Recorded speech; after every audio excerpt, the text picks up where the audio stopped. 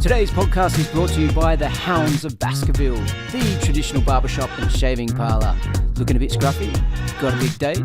Maybe you've got an important meeting? Go online and book at hounds.sg.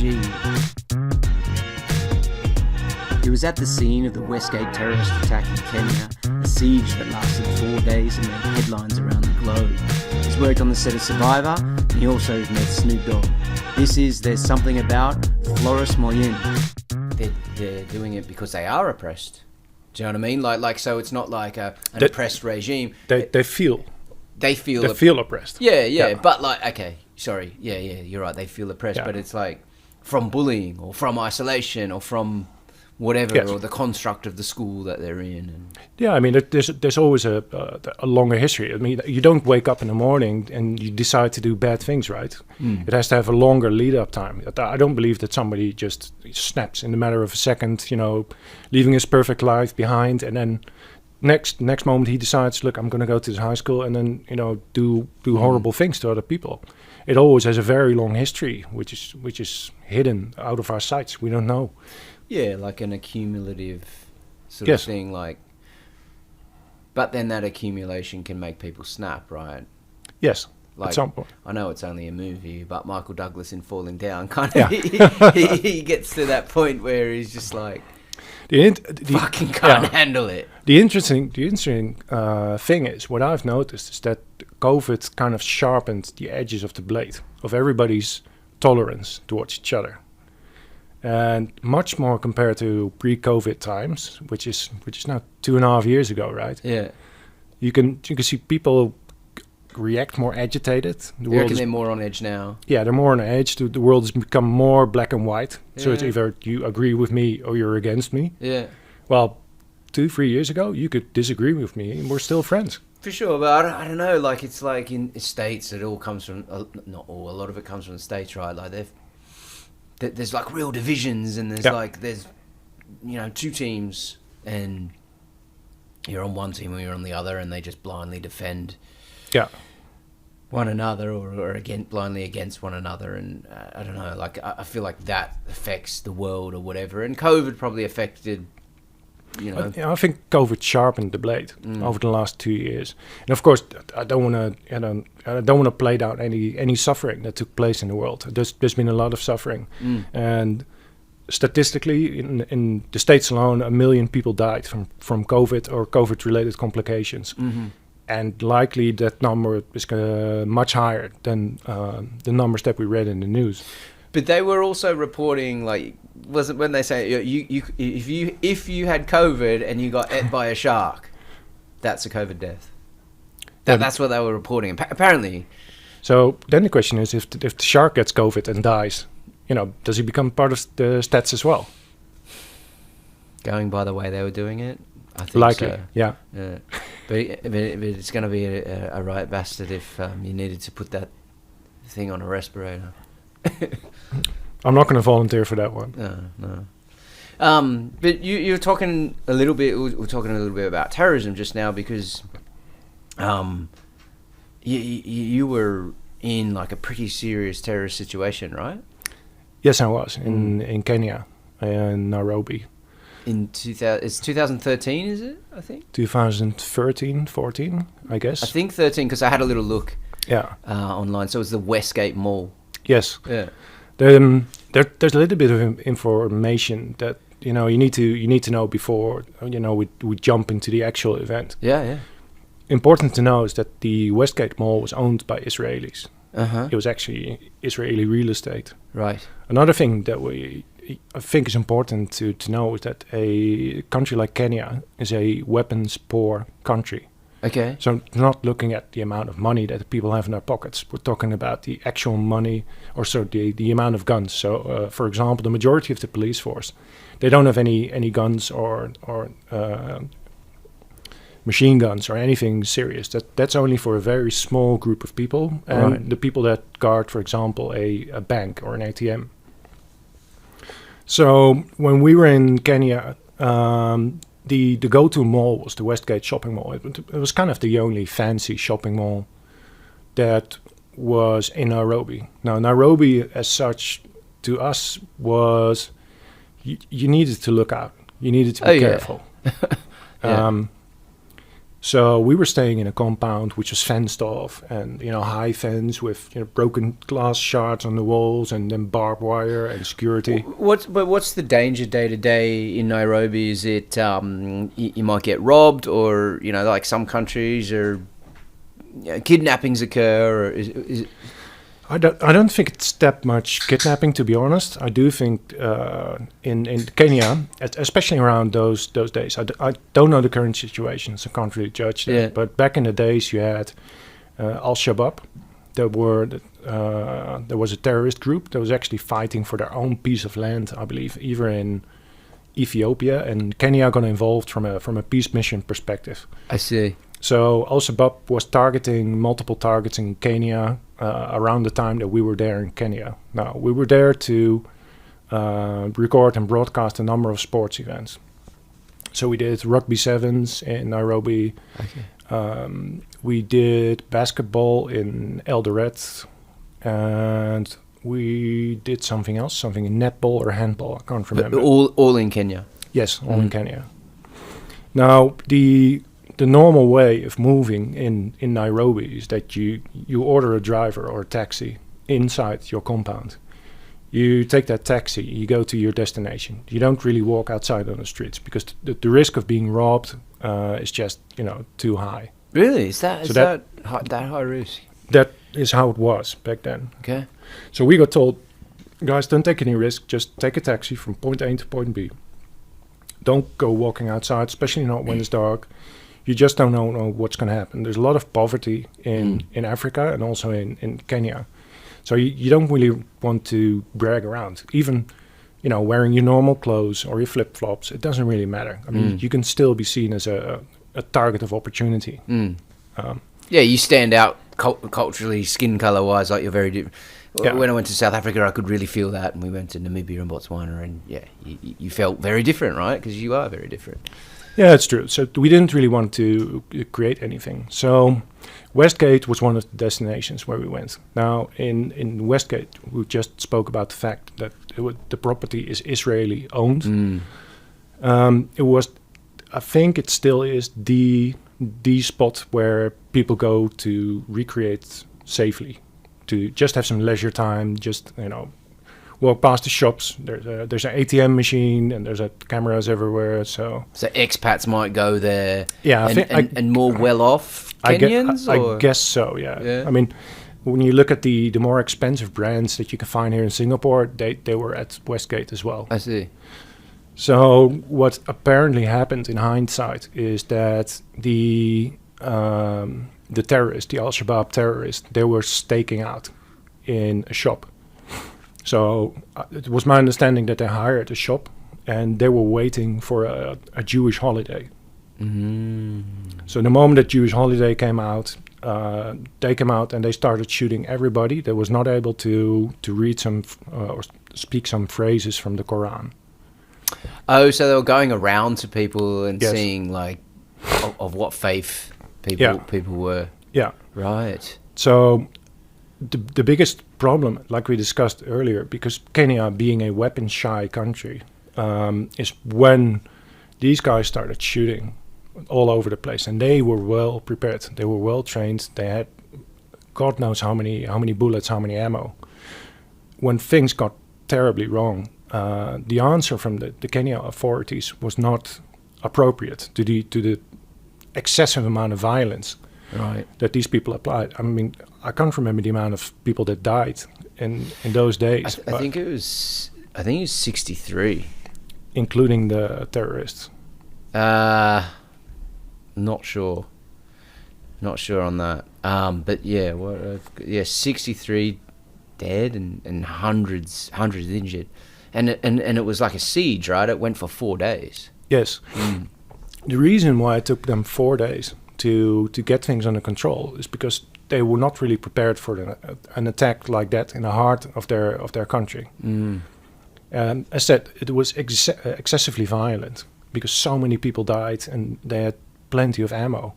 The Kenyan army came in, and even when we were back at our compound, which is located pretty close to the actual shopping mall, I mean, you could constantly hear and see military helicopters circling over the shopping mall, trying to find a way to get in. Mm-hmm. And I understood that in the end, Israel sent commandos to Oh, Kenya really? to clear up shop. And at some point, when all the terrorists they got shot to death, so they didn't take any prisoners. It was just get it over with, get it done. Yep. After that, images started popping up on the internet where actually the Kenyan army started looting the shopping mall. Okay. Shit. So it was a bad situation. It turned even worse. Then it lasted for days, and then the shopping mall got looted by the people that were supposed to protect it. So it was pretty bad. Yeah. And given the amount of violence that took place, at some point I had to make the decision for myself and my colleagues. I called my company because we were working there, and I said, guys, we need to get out of Nairobi because, like we discussed before we started recording, is that I think terrorism is mainly to plant fear in the heart of man. Yeah. So I called my company. I said, guys, we need to get away from Nairobi for a few days. Just get away from it. Let it settle down. Like. Yeah, because what happened the day after this happened, we went for another place to get some lunch, and the waitress dropped her plate on the ground, and this like a McDonald's tray. When it fell on the ground, the entire outside seating area, everybody just scattered away. Yeah. So that's the effect that these terrorists are trying to achieve, in my opinion. I've actually seen that. Actually, now that you say that, like, I was in London when the London bombings happened, and there was the first one, and then a week later there was another one, not as bad, and then they were sort of thinking like, okay, next week there could be another one, and I remember like people at training, there's a few police people there that they were kind of like, don't go on public transport next, like, Wednesday or whatever it was. These were occurring on the same day. They just don't go on public transport that next day. And I had to travel from London going north to Manchester or something like that. And I was at Euston Station. It was weird, like, because I was sort of going towards the station, and then all these people started coming out, and it's like, okay. And then that sort of settled down, and I was just like, fuck, like, I had to go for work, and it's just like, I should be fine. And then so I start lining up for a ticket, and someone goes, whose bag is that? Like that, right? Yeah. Like, because everyone's really vigilant.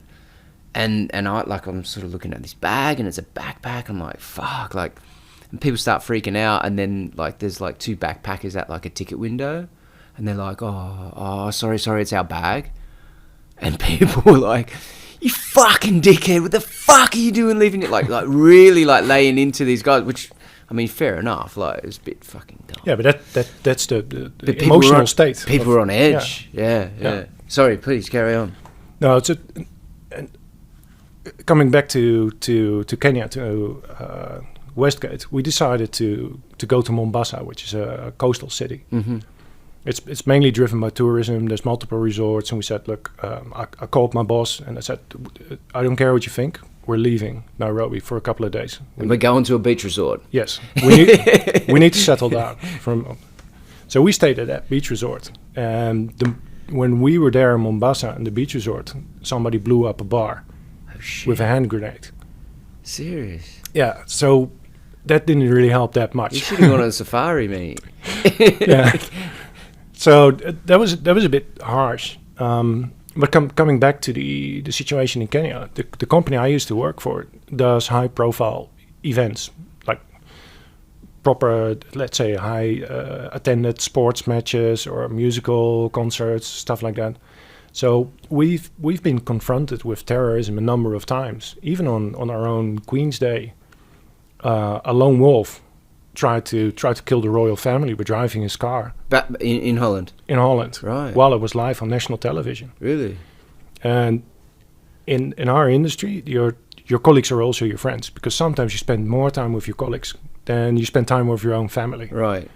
So when you're watching that stuff on television, live television, I mean, that kind of hits you. That's you're always concerned about bad things happening to your colleagues. Because it's a live event and it's the perfect sort of theatre Yeah. for that in a way. Yeah, and also given the state of the world back then, when we did our first Glory kickboxing event, we were going back to Amsterdam. And we'll talk a bit more about Glory later, but when we had our Glory event in Amsterdam, it was just after the Paris bombing, where, by the way, my colleagues were also there in Paris. Okay. During the evening to record a U2 show in the Stade de Bercy. Right. So they had a quite scary experience as well, where basically the security just locked up the stadium. Every single door got locked up. So, and this was... So people inside? I think that the audience wasn't inside yet. Right. And which is good, because that would have started It would have been mass fucking panic. pandemonium. Yeah. But basically security, and I think they did the right thing. They locked every single door, like Loctite. Nobody gets in, nobody gets Well, out. there was a threat, or? No, there were actually terrorist attacks taking place in the Bataclan. Oh, nearby. Yes. And multiple locations got What hit. country is this in? In France. In Paris. Right. Oh, so sorry. Whilst the Yes. Oh.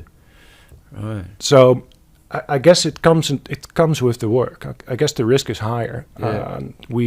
My colleagues did a football match in Germany against Holland, which I believe it was an international friendly soccer match. And terrorists blew themselves up at the gate. Really? So our work When in a was way. this? Can you Google that? I can. It's just like I didn't hear about it. You think that'd be like proper news, or? In France. Bataclan was in the news. Trust me. It was huge. No, the football match, Germany France. Sorry, what did you say? Germany Holland. Germany Holland. I can't even type. Terror. Netflix made like a series about it, right? Yes. 3 parts, super interesting. It kind of, it depicts it in like a chronological order of events with respect to the game, Yeah. the club, the bars. Like it's harrowing. Attacked by a returning foreign terrorist fighter in May 2014. Does that sound right? 2014? Yeah, it could be. It was at a football stadium. In Hanover. Yes, that one. All right. Shit. Okay. Wow. So, like, go back to like Nairobi, right? Like, 'cause, I mean, you're telling us about the situation before it and stuff like that, but like, I mean, you're in the shopping centre. So what? You're walking along with a Starbucks and a pretzel or something, and like, how did it play out? How did it go down? I without going too much into detail on the on how it actually panned out, I think it's only suitable to say that we were lucky. Right. Yeah. And I think I need to have a conversation first with the 2 people that fell under my wings before I just start talking about this stuff a little bit in a wider circle. But how did you feel though? Then, like leave them out. Like you're going about your day, right? Like we've all been in a mall, and then what, you hear gunshots or? No, when we heard the gunshots, all this story about this hero stuff, forget about it. Yeah. Unless you've got like 10 years in the commandos, and you've eaten your way through multiple tours. Normal people like us, no way. No, there's no such thing. And strangely enough, the only thing you think about is, I need to stay alive. I need to get away. I need to get out. Well, like you can feel like it's like you felt like something come over you, sort of thing. Like say like you're at a football match and then a goal gets scored and like 60,000 people, and something comes over you like an adrenaline rush. Is some chemical dump in your brain like just say survive, or maybe someone else? I mean, with us it was just pure fear. Right. And the fact that the entire attack lasted for days and days. The fact, the amount of fear that flows through your body at that moment is just, it's pretty substantial. And I've never experienced something like that before. And I've been in trouble before in my life. But the fact that in hindsight, or at least I felt I was lucky, and it wasn't the choices that I made. Why I was still there after. And the second thing was what I should have done is similar to when we're doing the rugby sevens, the British team that was there. The moment that they heard this is going on, they dropped their bags, they went to the airport, and they went home. Right. And I should have done the same thing. And the mistake I made is that I discussed it with my 2 other colleagues. Said, look, we can go in any direction. There's no obligation to stay. Yeah. If we want to stay, then we're going to stay. If we say we want to go home, that's fine even. It's not a bad decision, because there is no bad decisions at this moment. But I just want to make sure that, I'm safe and that you guys are safe. And in the end, we decided, the 3 of us, that we were going to stay. And I guess in hindsight, I should have made a different call, because I was the project manager of this job, and I should have said, drop the equipment. It's just equipment. We can replace it. Let's go. Because at that moment we didn't realize what the impact would be. We didn't know if there was going to be additional terrorist attacks or anything else that might happen. Yeah, So I understand what you're saying. So that's something in hindsight where sometimes I still think I should have made a different choice. Yeah, I suppose in hindsight it's easy to say these things, right? But when it's sort of happening. But so what, like you're in the mall, like are you near an exit and you hear gunshots, or like... The gunshots that you hear are different compared to movies. Yeah. And they're very, very loud. So when it happens, nobody really knows what's going on, right? And it's just very, very loud. And that's when, at the point when, your coin drops, what's going on. And that's when, your body fills up with fear, and then it's just go. Could you see them, or was it happening far away and you could hear it? You could hear it. Okay. So you never saw the terrorists? No. Okay. Right. And I don't think anybody that would have been there, unless, like I say, if you have like commandos or paratroopers, the guys that are super experienced, and you don't really want to go there. You just want to get away from it as soon as you can. Yeah. Yeah, but like if it sort of breaks out like 20 meters down that way in the mall, do you know what I mean? Like, yeah, you're going to move back and try to get a safe exit out, right? Like I read some people sort of, there's one lady, she felt like she survived because she played dead. Yeah. I guess everyone reacts to those situations on their own individual terms. I mean, when I came back from Kenya, I was doing a end of year show for a charity, and I was doing a concert which is being organized on a big square, and basically all the artists, they pop up and they play for free, and it's all about collecting as much money for charity as you possibly can. So when we were building up on, I think it was Wednesday, December 23rd, the police came to our production office saying that everybody needs to evacuate the square. There's a terrorist threat. And of course, with Kenya still fresh in my mind. But this time I got super, super, super angry. Okay. So I went to the square and I'm like, okay, come on, just bring it. Bring it. I was so angry. Why do you think that is? I don't know. I guess after all the shit that we went through in Kenya, and it was very bad. Did you feel like so? Okay, you guys were in the mall and you heard the shots and you kind of got out fairly quick. Yeah, is that right? Well, you still hear the gunshots for 4 more days. Right. Because even when we were no longer in the vicinity of the mall, we were still hearing the shots. So you guys got out of the mall and like it's not cordoned off yet. It's so fresh and so early. And just get back to the hotel sort of thing is... Get the hell out of here. Yeah. That's the only thing. Okay, so moment. Back to the compound. No, there's no direction. Just get the hell out of there. Right. There's no direction. It doesn't matter. You guys were in a group, right? Did you guys you said like, let's just go back to the compound... Get out of the vicinity, work it out, go back to the continent. Because that driver, don't know where he is. Yeah, you need to realize when shit like this happens, the mass panic. You're not really organized anymore. You know where your compound is. You know the direction. I mean, we've been living there for I think a week already. So we know exactly where it is. But there's no TomTom, no navigation active at the moment that you're TomTom just running like your legs are on fire. Yeah. It doesn't work like that. Yeah. There's no such thing as, okay, what's the next step? Because you're still working on the first step. Yeah. And the first step is a long one. And basically means run. Yeah. Just put distance between yourself and the danger. Yeah.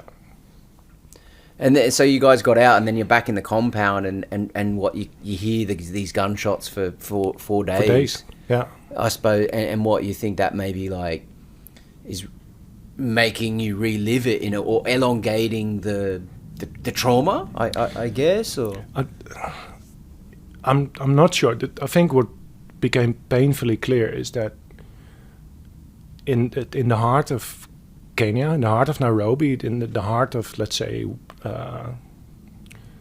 the pure display of wealth, the only place that was regarded safe got attacked from the inside out. Yeah. And if a terrorist organization can attack a place which is kind of considered to be the safest place in Nairobi, then you kind of start thinking, okay, then all these other locations where we are going to go to, how is that going to look like? What's going to happen the next day if we go to the stadium to do the rugby? So how's that going to look like? Is there going to be military then? Or is the military, everybody's still focused on Westgate? What happens if there's another one, another location? You just don't know. So that makes you feel unsecure and uncertain about yourself and uncertain about your decisions, because you've got the experience, and you know that next day and the day after you need to get back into operations mode, or you go home, like we discussed. You make a choice, and once you make that choice to continue your work, always in the back of your mind, you'll have that emotion of uncertainty. Yeah, for sure. Am I safe? Yeah. And I mean, the day after, the first thing that you do when you go to a restaurant for lunch, you check the nearest exit. Yeah. So what's my nearest exit here? How can I get out? And it's a bit weird, and I stopped doing it rather quickly. But for my duration in Kenya, the first thing, every location you go to, where's my second exit? How can I get out? Which for some people maybe that's like just standard way of life, right? In some parts of the world, but when you're not used to it, something kicks in and you start sort of operating in this way, and So I guess stuff like that, it does leave a mark. Did you guys talk about it much after, or? Yeah, we spoke about it kind of every day. I mean, the guys that I brought with me to Kenya are among my most trusted colleagues and friends. They beforehand or became that way after? No, before. Okay. So we were very open to each other, and I said, look, I may be the project leader, but this is a group thing. We decide, the three of us. If we feel comfortable, we stay. If we don't feel comfortable, we leave. And there's no wrong decisions here. I said we decided to stay. Had our few days off in Mombasa, came back, and then we finished the job. Why'd you guys decide to stay? Was it like part of it, like kind of like being tough, or was it like, it should be cool, I think we're going to be safe, or? No, I don't. It wasn't about toughness, because none of the three of us were like, well, we have to show how brave we are. Yeah. Because we're not. Right. So in our case, it was more about all the effort and the work that we have done to actually get that job going and get that kit in Kenya. Finish it off. Everything was custom built. So we put so much effort in that production in very little time, because we had like less than 14 days to build everything and get it shipped out on a plane to Kenya. And the three of us, we had the feeling, if we're going to leave now, we're going to leave at the start of something, and we worked so hard for the last 14 days that we just don't want to give up. And did the company like give you guys any sort of like counseling or offer it, or like did you guys just have to deal with your own shit? My boss, he called me, I think in the second day of the terrorist attack. And I was standing on the balcony, so you could actually hear the machine gun fire in the background. And he was asking me, when are you guys going to Kenya? Because I read something in the news that, the situation is pretty bad on the ground. He didn't know you were there. He didn't know I was there. So by then, I kind of got the feeling, okay, you're going to have to do this yourself. You're going to have to make some mature decisions. Yeah. And that's the reason why, we constantly, the three of us, were kind of talking to each other. I mean, how do you want to proceed? What do you want to do? Well, and just sort of making sure each other's okay, right? Like, because someone could have a breakdown or something, right? Like, yeah, of course. And it's not just if one of those three persons doesn't feel comfortable anymore, that would have been reason enough to say, okay, we're going to stop. We're going to go back. And it's nothing to feel bad about. I mean, there's a lot of, traumatic shit that happened. And if anybody at a certain point doesn't feel comfortable anymore, because the country's not going to change in a week just because you or me feel uncomfortable. It's still the same country. And there might still be situations where you, given the experience, where you normally would be okay, and now because of what happened, you feel uncertain. So I don't think there's any wrong decisions. If anyone says, look, I want to go away, I can't deal with it. Yeah. That's fine as well. But no one had no one had any counselling, or like, did you go? No. Did you see anyone, or? No, I didn't. I've got a lot of very good friends, so I did speak. I did speak with my friends about it. So you didn't bottle it up, which is not a good thing. not in a way. The only thing that kind of snapped me at the end of the year, when another situation pops up, and I guess I got super angry, and because to myself, my thought was I didn't go through all this shit to be in a similar situation in my own country after a few months, because there was only like 3 months in between. So that, to me, that really pissed me off. So so there might have been stuff that you didn't deal with, right, and that kind of manifested it in this way and came out as this it could be slightly reckless behavior in a way, right? Like, given the circumstances. I mean, it could be. I think any traumatic experience everything that happens in your life in a negative way, also in a positive way, but let's focus on the negative way. In my opinion, negative things in your life, a family member that passes away or something else, everything leaves a mark on your soul. Yeah. And that's going to create a scar. And it doesn't really matter how good you try to manage it, that scar will always be there.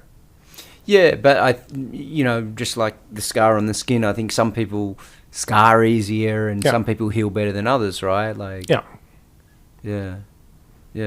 And until you're in that situation, you don't know on what end of the spectrum you are, right? Like, I mean, I myself have not been in anything even close to that, right? So, I might be okay, I might be middle of the road, or I might, 3 weeks later have a meltdown because I just my chemicals in my brain can't handle it.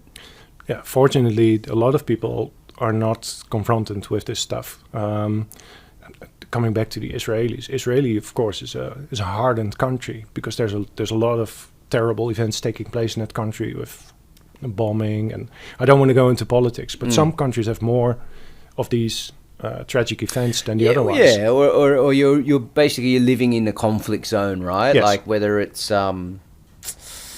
like you said, you want to get into politics, like, for whatever the reason it is, it could be history, it could be your own doing, who knows, right? But like, as a just a human or a citizen, then you're brought up in these conflict zones. Same as in Palestine, life's not all that either, right? Like, it's a bit shit, and things can occur at any moment. But I suppose you become conditioned to it, right? Yeah, I guess conditioned is maybe the right word to describe it. Conditioned or numb. You don't really. It still scratches you, but you don't really see it on the outside anymore, and you just process it, put it away, and continue with your life. Yeah, like some people and probably humans in general are good at compartmentalizing things, right, and sort of tucking it away to the back of your mind, and not having to deal with it, or you hope that it doesn't come back and affect you negatively later in a bad way. Yeah. Actually, I just spoke about this with one of my friends. One of my friends, he mentioned to me that he was talking to a psychologist. And he was a little bit reluctant telling me. And I personally believe that every adult man or woman at some point it makes sense that you talk to a psychologist. Because if, what we discussed before, there's these hidden scars somewhere in your body, at some point they will surface. And I think it's only sensible to have a professional like a psychologist just to evaluate, talk with you, ask the right questions. I think there's nothing wrong with that. Yeah. So I reassured him and said, look, no, there's nothing everybody wrong. needs to do that at some point. Yeah. Because maybe you're in the right direction with your life, and maybe your emotions are completely under control. But if they're not, a psychologist is the best person to talk about that and to explain you how you can improve yourself, or how you can improve your life and better your mind. Yeah. So that's kind of how I see it. Yeah. Yeah. No, I'm lucky to have never been in a situation like that, and in a situation where I felt I've needed to see a psychologist. But who knows? Like, it can be like a little reset, right? Like a good thing to do regardless, and just sort of a different perspective or a different understanding of what's going on in your mind. Yeah, I mean, why not? I mean, I guess people only go to a psychologist when you're feeling cornered in a way. Yeah, or where it's become too much. But okay, like, can you speak to someone before it gets to that level, right? And maybe you don't get to there, and it's more like maintenance. Yes, rather than repair. Yeah, I think that's the right word to describe it. It's more maintenance. I mean, people still have the image of a psychologist, and when you go there, if he doesn't like what he sees, then there's going to be this white minivan going to pick you up and put you in a nice straight jacket. They're going to drug you for the rest of your life, and take pieces out of your brain. Yeah. I mean, that's not the case. I mean, a psychologist... Not anymore. No. No, a psychologist is somebody that can help you evaluate your mental state. Yeah. And why do we evaluate every production that we do? I mean, I used to write this production report for every production, even a silly football match. So we do it for everything professional, but we don't do it for ourselves. Yeah. Why is that?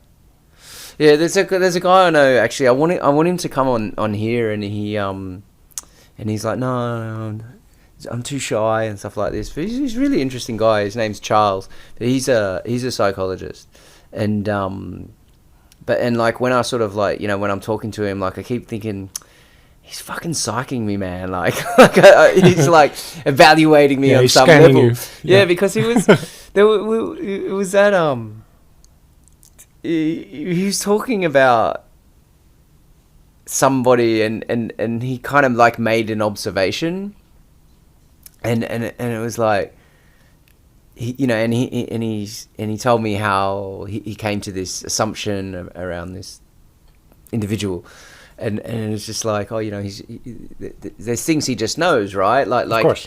It's his job. Like, if I go out into the street, and I see like a billboard, or I'm watching telly and I see an ad or whatever, like I'm kind of evaluating it, even if I sort of don't want to, right? Like and you might do that for, I don't know, you go to a football match and you're watching the football, but then like you see like, they don't have a camera there, sort of thing. Yeah. Why don't they? So he's like, probably, it must be horrible in some ways, right? Like, because you're probably around people all the time, right? You can't help but sort of do some level of evaluation.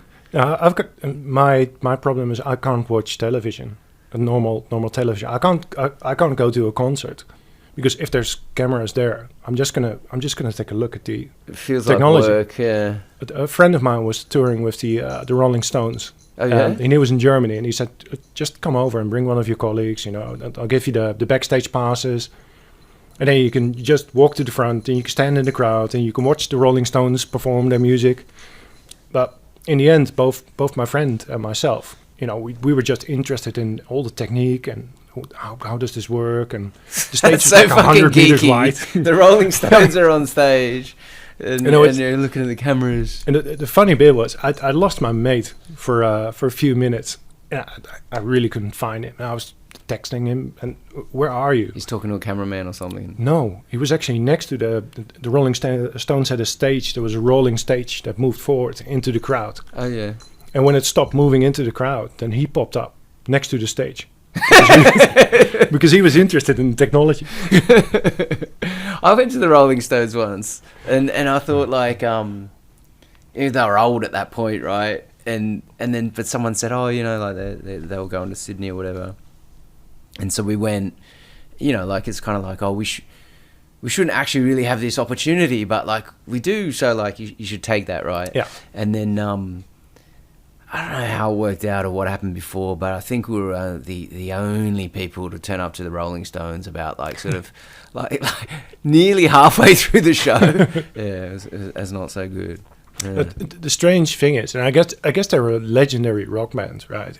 And there's not that many legends anymore in the business. I mean, Madonna kind of stopped touring, I guess.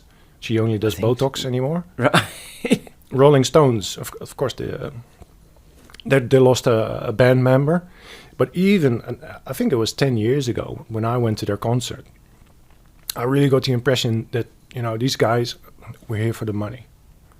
Okay. We're going to play, and we're still good, because once you reach that level of being a musician, I mean, you don't have blood running through your veins. You've got music running through your veins. And these guys can play drunk, sober, upside down, in dark, in sun. It doesn't matter. Can they play sober? Well, in the Stones case, I'm not Have sure. they played sober? No, but the level of musician and the experience, it just shows. Yeah. I was working on a Michael Jackson tribute concert, Michael Jackson Forever, in Cardiff, which was with the original band members of Michael Jackson and some of his family members. Oh, like the Jackson 5? Yeah, so brothers, some of the sisters, because they were already fighting Okay. over his heritage. But the original Michael Jackson band was there. And these guys are so incredibly professional. Because we were there for a week, and CeeLo Green was one of the guests. Oh, yeah. So he was doing... I love CeeLo's cool. He's very cool. One of my favorite artists. And we were there for a week. We knew exactly which numbers had been rehearsed and which were not. So CeeLo Green, after he finishes his number, Jamie Foxx, the presenter, asked him and said, look, I don't want to be rude, but, can you, do a bit of crazy? And the band starts playing crazy like they've done it for the last 15 years. And I was there. I knew that was not rehearsed in the stadium. Mm-hmm. I just knew it. But these guys are so good, these professionals. So it's, I think that's the magic of concerts. One of my other favorites, Stromai. Thankfully, he went back to making music again. Who's that? Sorry? Stromai is a Belgian, French-speaking musical artist. Okay. I'll let you listen to some music. All right. But he's almost religious about his music and the experience that a concert has to be. Yeah. So one of my favorite YouTube concerts all time ever is his concert in Montreal, Canada. Okay. Because from a visual perspective, I've got this obsession. If everything comes together and everyone works together, and everything works that you thought of on paper, because these concerts, they start on paper, and then later television is added. It's like this, that unwanted cat that just keeps showing up in your alley. Like But- this one. Well, this one is not unwanted. No, she's not one. She's loved. But every time you go and record a concert, you step into somebody's existing house. It's a house on wheels and it travels around. Mm-hmm. And it doesn't really go well, they don't really adjust easily to you because that this is the existing house. It works. It works really well, and it worked really well for the last 50 times that people came to the house. Once you come in with your film cameras or your TV cameras, it is very difficult to integrate your vision for that concert and how it looks like into an actual product, which is something to be proud of. I mean, we've all seen this Glastonbury, we've got 8 cameras, just point them all to the stage and, something will be on television. Yeah. But that's not a vision, that's not a product. Yeah. That's just 8 cameras pointing at something. Just documentation. Yes. So the big difference is if you get everybody to work together properly, then you get something like the concert of Stromai that got filmed in Montreal. And actually, I think the reason is because the TV director was Stromai's brother. So the camera movements and Yes. the way they swept, using the cranes and swept across audiences and stuff like Yes. that was cohesive with the show itself, sort of thing. Yeah. So there's actually shots in the show because his brother knows the show so well because he's involved in the actual show itself. So he knows exactly which camera needs to be at what position on the stage or in the crowd or at which musician. And then it becomes a piece of art. Can you just, Kyle, sweep that camera through here and then loop around Flo and he's going to be very disappointed with this. This is shit. This is terrible. I have to go back to Rolling Stones, right? Because this guy I know, he was telling me he was at some event sort of thing, and he was outside having a cigarette, and this dude came up and said, can I borrow your lighter? And he sort of looked up, and it was Keith Richard. Right, and he said his face must have changed because Keith Richard says, he goes, "Be cool, man, just be cool," and he's like, "Okay," and just gave him the lighter and he lit his cigarette and he said thanks. And he said thanks, and that was it. Like he could see him about to get all flustered and lose his shoes. Just be cool, man. Just be cool. I had a similar experience with another, or at least I consider to be a legendary pop star. Okay. With Tom Jones. Oh yeah, he's legendary. He is right. I don't think he gets enough credit for it. His entire career. When I just started in television, very long career. Yes, we were doing a Dutch television talk show, and this was a studio setting. So I was sitting on the bleachers. And every now and then I was assisting the camera operator just to give a bit more cable. And when he came back, just pull back some cable. At some point, an older gentleman sat down next to me. His hair was still black back then. Okay. And we got into casual talks then, because he's from Wales, I believe. Yeah, he's Welsh. Yeah, he's Welsh. So we were chit-chatting for a couple of minutes, and I didn't really realize that was Tom Jones. And at some point, I see 2 or 3 women from the production, from our client, just walking around the studio like super, upbeat because they were looking for someone. And what happened? Tom Jones got dropped off at the studio, and he just walked inside, but there was nobody at the reception to pick him up. So he just walked into the studio and started, having a chat with me. So when they found him, you didn't know it was him? I was suspecting it. I mean, he's got this very typical face. He's a unique looking. Yeah, he's a unique looking character. Yeah. But I didn't want to make things embarrassing in a way because I was kind of working, and at the same time I was impressed in a way. But because we were sitting in half darkness, it wasn't like there was no spotlight on him or anything. Yeah. So we were just chatting away and what I was doing and. But famous people, it must be so horrible, when. Yeah, people freak out. Basically, it must be fucking annoying. I think they just want to be treated like normal. You know what I mean? But then what's your definition of normal? Just how if we were gonna go have a chat or a beer or like this, this is pretty normal, right? Not and this and asking questions about their work and shit like that. Actually, one of the nicest artists I've ever worked with in my life, and every time I can give this guy credits, I will. Snoop Dogg. Oh yeah, you met Snoop Dogg? Yeah, I've had the privilege to work on a few events, the MTV Awards in Amsterdam, Yeah. where he performed, and I Love MTV on Malta. Snoop Dogg is one of the nicest people I've ever met in my life. He comes across really nice. Yeah. So you worked on 2 events? Yes. Did he remember you? No, I think Okay. I think he smokes about 10 grams of weed per day. Right, yeah, So yeah. I don't think he remembers That's anyone. not good for memory. No. Not so good. No photo in the wallet, no memory. Right.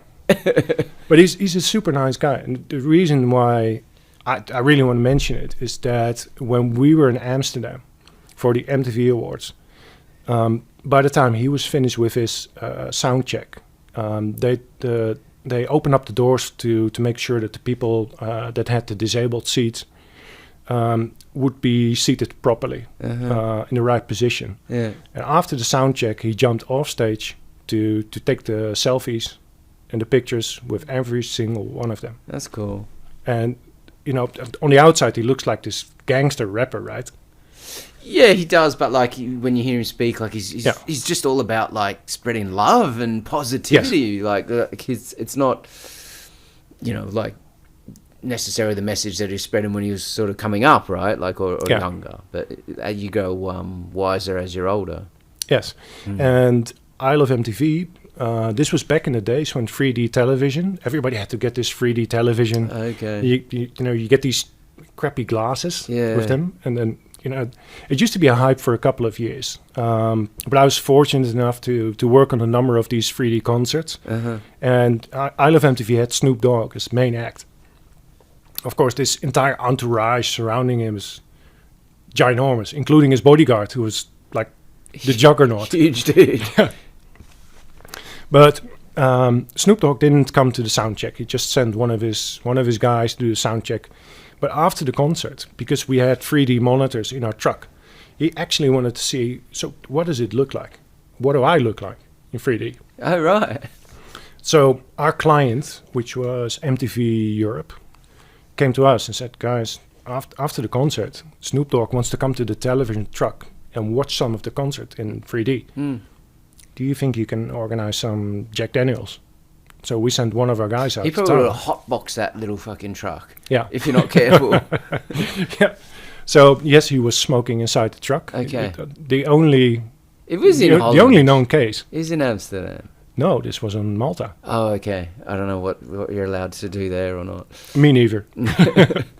But he was super interested, and he was, you know, I was pretty impressed on how it looked and how it went, and he was super appreciative, which is rather weird because normally with these artists that have this hectic life, they just go bum. Yeah. They do the gig, they're dragged off stage, they go inside the limo, go to the hotel, or even worse, you go to the airport, onto the next. Yeah, one. they're kind of like whisked away, right? Yes. And they probably want to get the fuck out of there themselves, right? Yeah. Like it's a long day and repetitive, the whole sort of thing.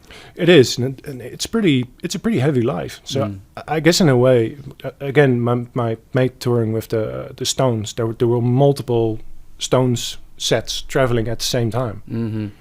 In order to create the maximum efficiency. Now, I was looking at the dates that, you know, these senior citizens, because that's what they are in reality.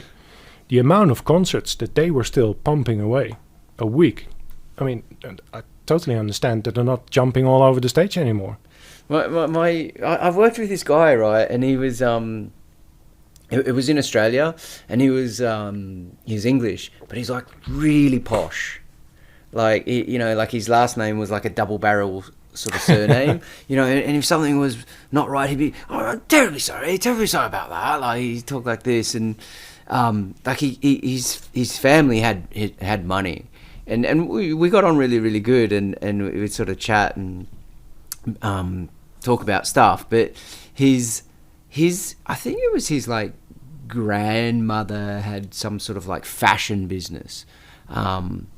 And so it was old money, and I think, I don't know if it's his grandmother or great grandmother, but it sort of was starting to get whittled down. Do you know what I mean? Like maybe it was a bit mismanaged, and you know, he'd tell some stories. You know, he was from, they were eccentric, right?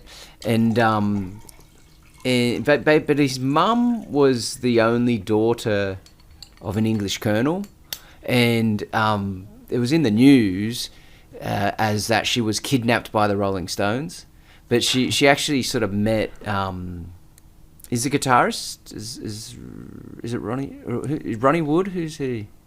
I think it's Ronnie Wood. Yeah. People are going to hate He's us. Charlie Watts. I think Yeah. Yeah. And he basically she's met them somehow, and they've gone to Morocco, and she's not told her parents, and it was in the news and all sorts of stuff. And his dad was reading a book, and there was a whole page devoted to her in the book, like a big sort of picture book, and he was like reading it to Christian, his son, and he's like, "Oh, look at this. They're talking about your bloody mother there, all right now. Like, look at it. Yeah. Oh, and she came with us, and it was reported by the news that she was kidnapped." And then at the end of the sort of paper, it says something. The page. It says something about didn't shag her, mind you. And you know, like his dad goes, "Oh, I don't believe that for a bloody minute," and close the book and sort of eccentric. But yeah, he was very funny. One of the best concerts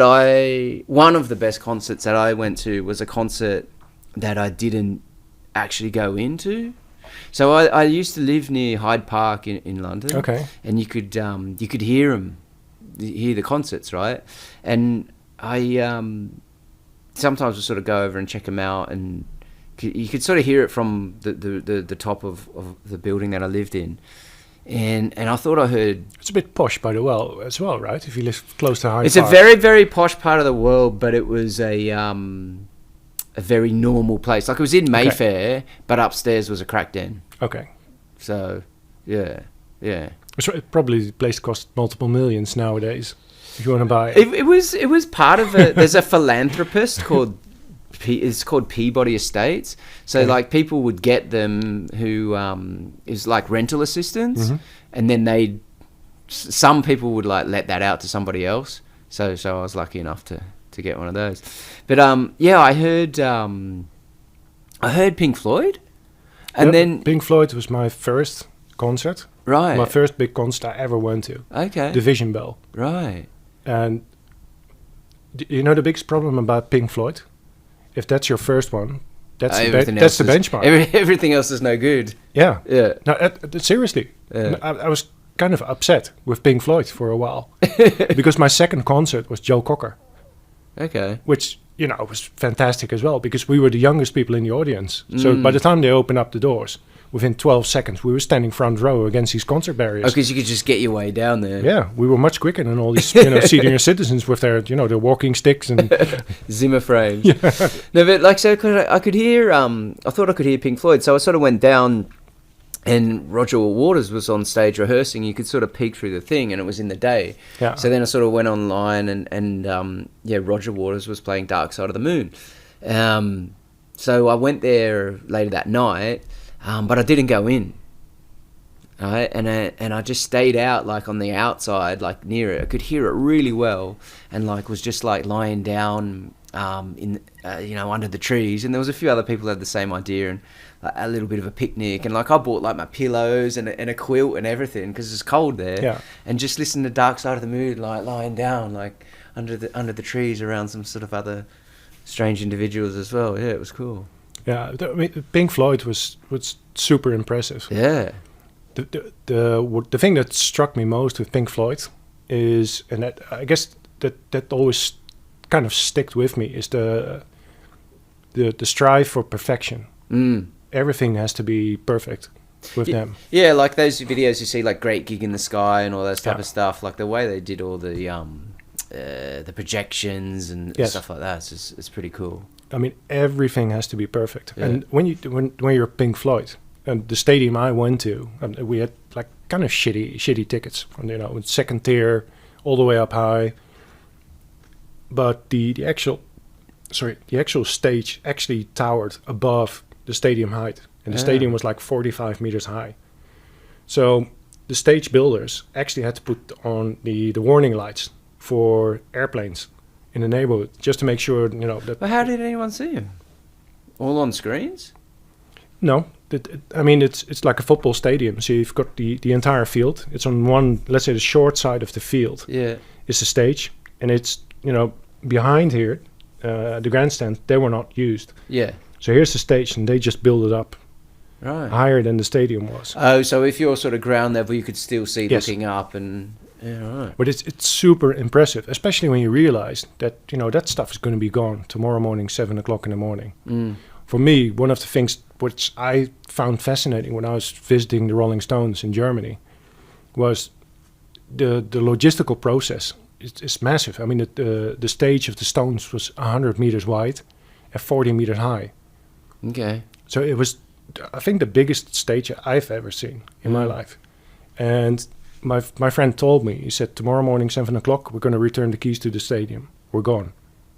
And I was like, okay, so how does that work? And it's like an ant's nest.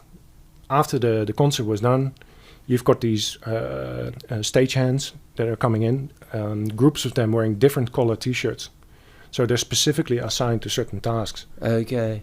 It's just like an army Yes. of ants that come in and pick it apart. It's literally an army of ants. Within 1 hour after the concert had ended, you could see the first pieces of LED screen coming down already. And what was even more impressive was outside on the parking lot, there were, I think it was 57 truck trailers. There were a few guys in the middle, and like traffic arrangement, with air traffic. Remember those guys that standing on the ground? Oh yeah, so pulling in. doing that, and Similar principle applied out there on that parking lot, and there was, I think, 2 or 3 guys. They basically were constantly in touch with people inside, and the only thing you could see was trailers just going in there. Just go in there, load up, drive. Don't wait for your buddy. You're just going to drive because you've got like 7 hours to reach the next location. oh, so just head north, young man, and Yes. get there. Yeah. Yeah. We'll see. We'll see you later.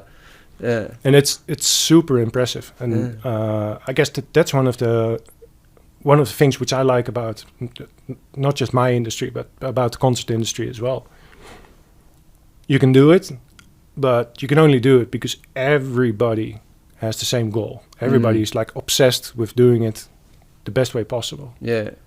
Yeah, it needs to be like a well-oiled Yeah. unit, like military precision type of thing. Yeah, I guess it's almost a religious thing, because otherwise we wouldn't be in this industry. Because which idiot's going to work 57 days in a row, 12 hours per day? Not this idiot. No way. Not me. No way. Yeah. But people do it. Yeah. People do it in the music industry. People do it in the broadcast industry, and I'm quite convinced that there's people that regard their work as being almost a religious thing, because they like it and they love it so much. That's cool. And when the level of like takes down the level of work, because it's never boring. Yeah, no, if you can get paid to do what you love, like you're in the 1%, right, or Yeah. a smaller fraction than that. Yeah. That was that training literally like a couple of nights ago, and a couple of the instructors have got COVID. So like the main dude Zorro, he'd also, so a couple of weeks ago, there's 3 instructors. One was in Brazil, one was on holiday. So Zorro had been working from like 6:45, doing every class right through to the last one starts at 9. So pretty long days for 2 weeks, and then the dude that does nights, Robin, who's the first podcast guest, he got COVID. So like when I went there, I was like, if you want, I can just take the classes if you want to go home and relax, because you got long days ahead of you. And he's like, Paul, he goes, man, my job used to be to go into the cage and somebody would punch my head in. And sometimes I punch his head in. And he said, like, this is fine. And he goes like, yeah, I might be tired, but I'm not getting punched in the face, and I get paid to do what I love. And I was like, oh, True. yeah, it's cool. He goes, help me teach, but he goes, don't worry, I don't need to go home. This is fine. Yeah. And that's just like, yeah, that's cool. If you get paid to do what you love, you're in the minority, right?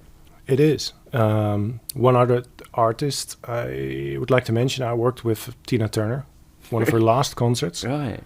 And I guess I was the lucky one, because I got to go to a few of the concerts before she actually came to Holland. Uh-huh.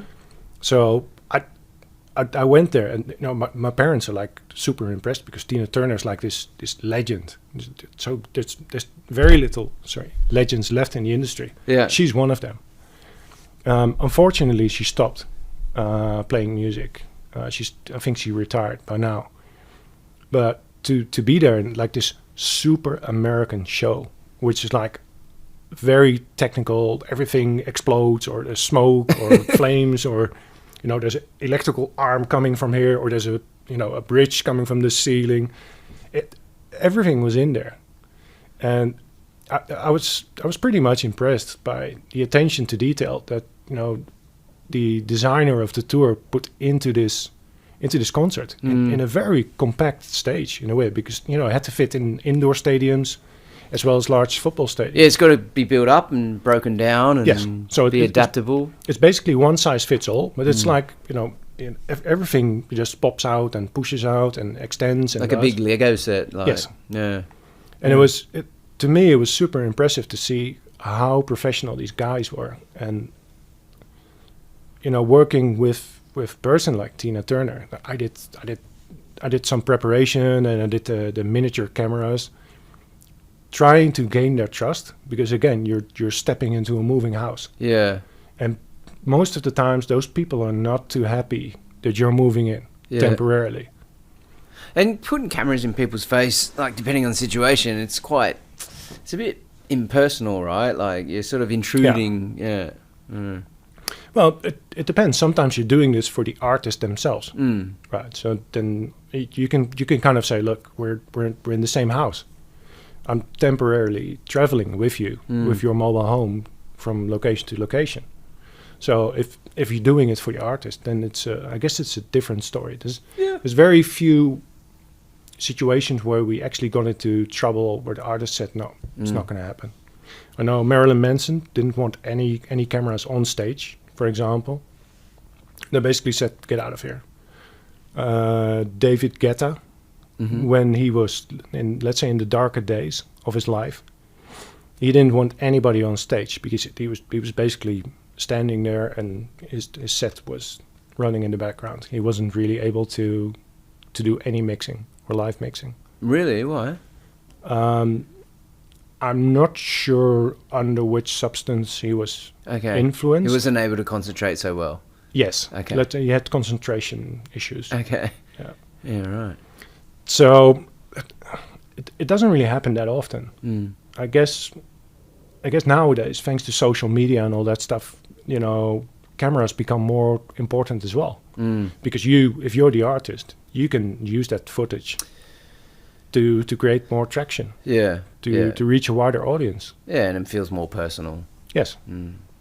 Yeah, right.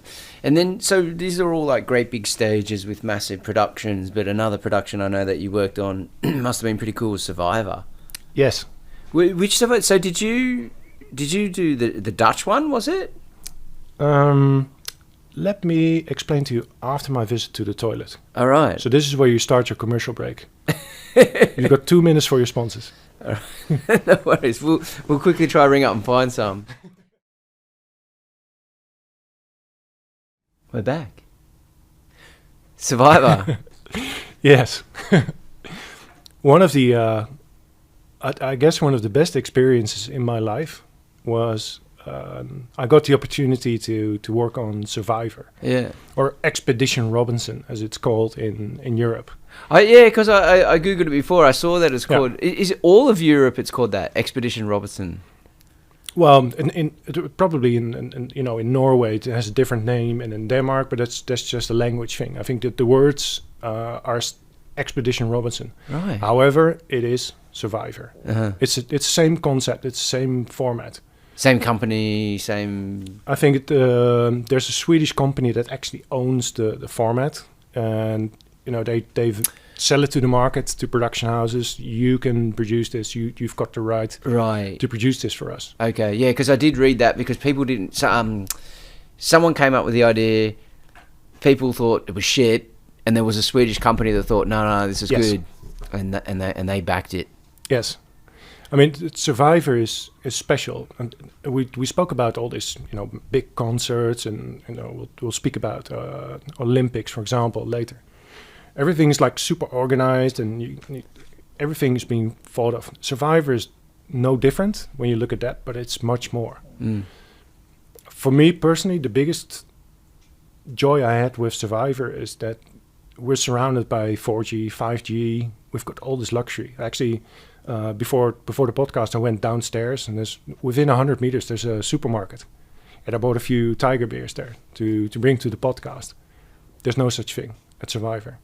No, of course not. The locations we worked and where I worked were so remote that our location in the Philippines, there was no restaurant in the resort. Now the crew working on Survivor, they stay in a resort, which is like your base of operations. Right, and then on the other side of the island, where it's more remote, you kind of build the set, I guess. Yeah, I mean you've got a few elements. So Survivor is a game show, right? It's a reality show and a game show, and the contestants get eliminated or they get voted away at the island council.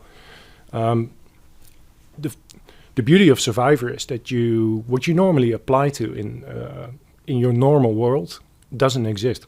So we go to uninhabited islands. And the first step that always is taken, because I know sometimes people complain about Survivor being intrusive to local population, or it's bad for the environment. Okay. I would like to defend that by saying that every island in Asia is so full with stuff that flushes up to the beaches. There's a lot of rubbish. There's so much plastic that washes up from the ocean onto the beaches. It probably needs to be cleaned first, right? It's properly cleaned. So there's actually people that go to these islands and clean them for weeks and weeks and weeks to make them look pristine. I was at a beach the other day, and I had a rubbish bag because I thought it was going to storm on me. And I normally bring a few bags and just put rubbish in it. I filled up a massive black rubbish bag. It took me 7 minutes or something. Yeah. I normally take, thanks to Survivor, I guess, I take 2 plastic bags. The bags you get at your supermarket. Yeah. If I go running at the beach or cycling, I just take 10 minutes and just fill them up with trash that washes up on the beaches. It's a small effort, but it does help. Back to Survivor. These islands, they don't look pristine. They're being made pristine. And it takes weeks, and it takes a substantial cleaning crew to clean all the beaches. And the most frustrating part is, once it's clean, you come back the next morning, and it starts all over again. So that's happening every day? Not every day. It depends on the tides and the winds. Yeah, but on a regular basis, because we need to realize that these uninhabited islands, nobody cleaned them for a year. There's just so much plastic. So there's so much plastic on these islands, and everything is cleared. It's bad. It's terrible. It is terrible. So even though Survivor is like this massive production that lands somewhere, you need to realize that there's hundreds of people that are working on the same production simultaneously. Now, of course, these hundreds of people are not working for the same country. In order to make it a bit more efficient, there's a situation where multiple countries will be at that location at the same time. So in the morning, you can have the Dutch play a game. In the afternoon, early afternoon, you might have the Danish, and late afternoon you can have the Hungarians. So same game, right? Like it's all set up. You may as well sort of just.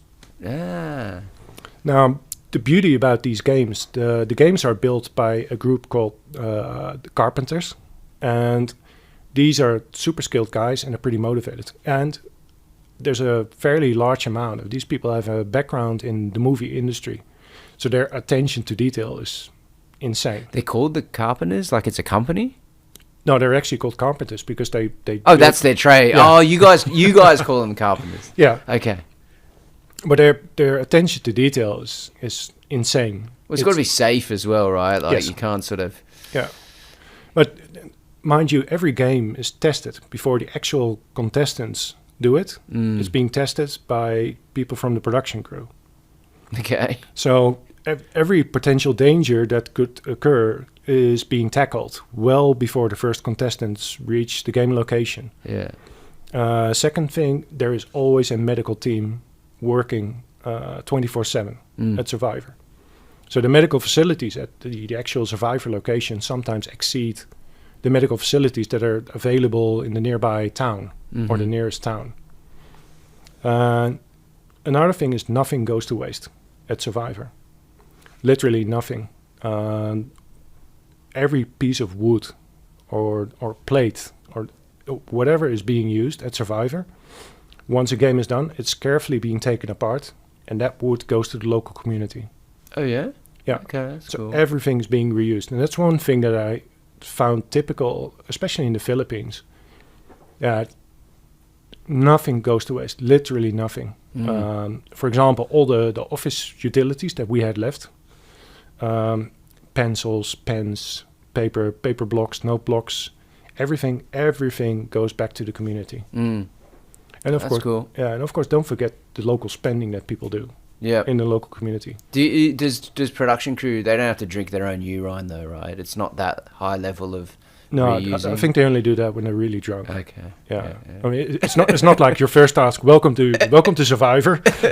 Here's a Yeah, cup. task one, production crew, drink your piss. No, I used to have a joke. One of my better friends, Jacob, he used to be the head of medical for Survivor for a few years, and every year it's the same like myself. You know, you've got these newbies that come to Survivor.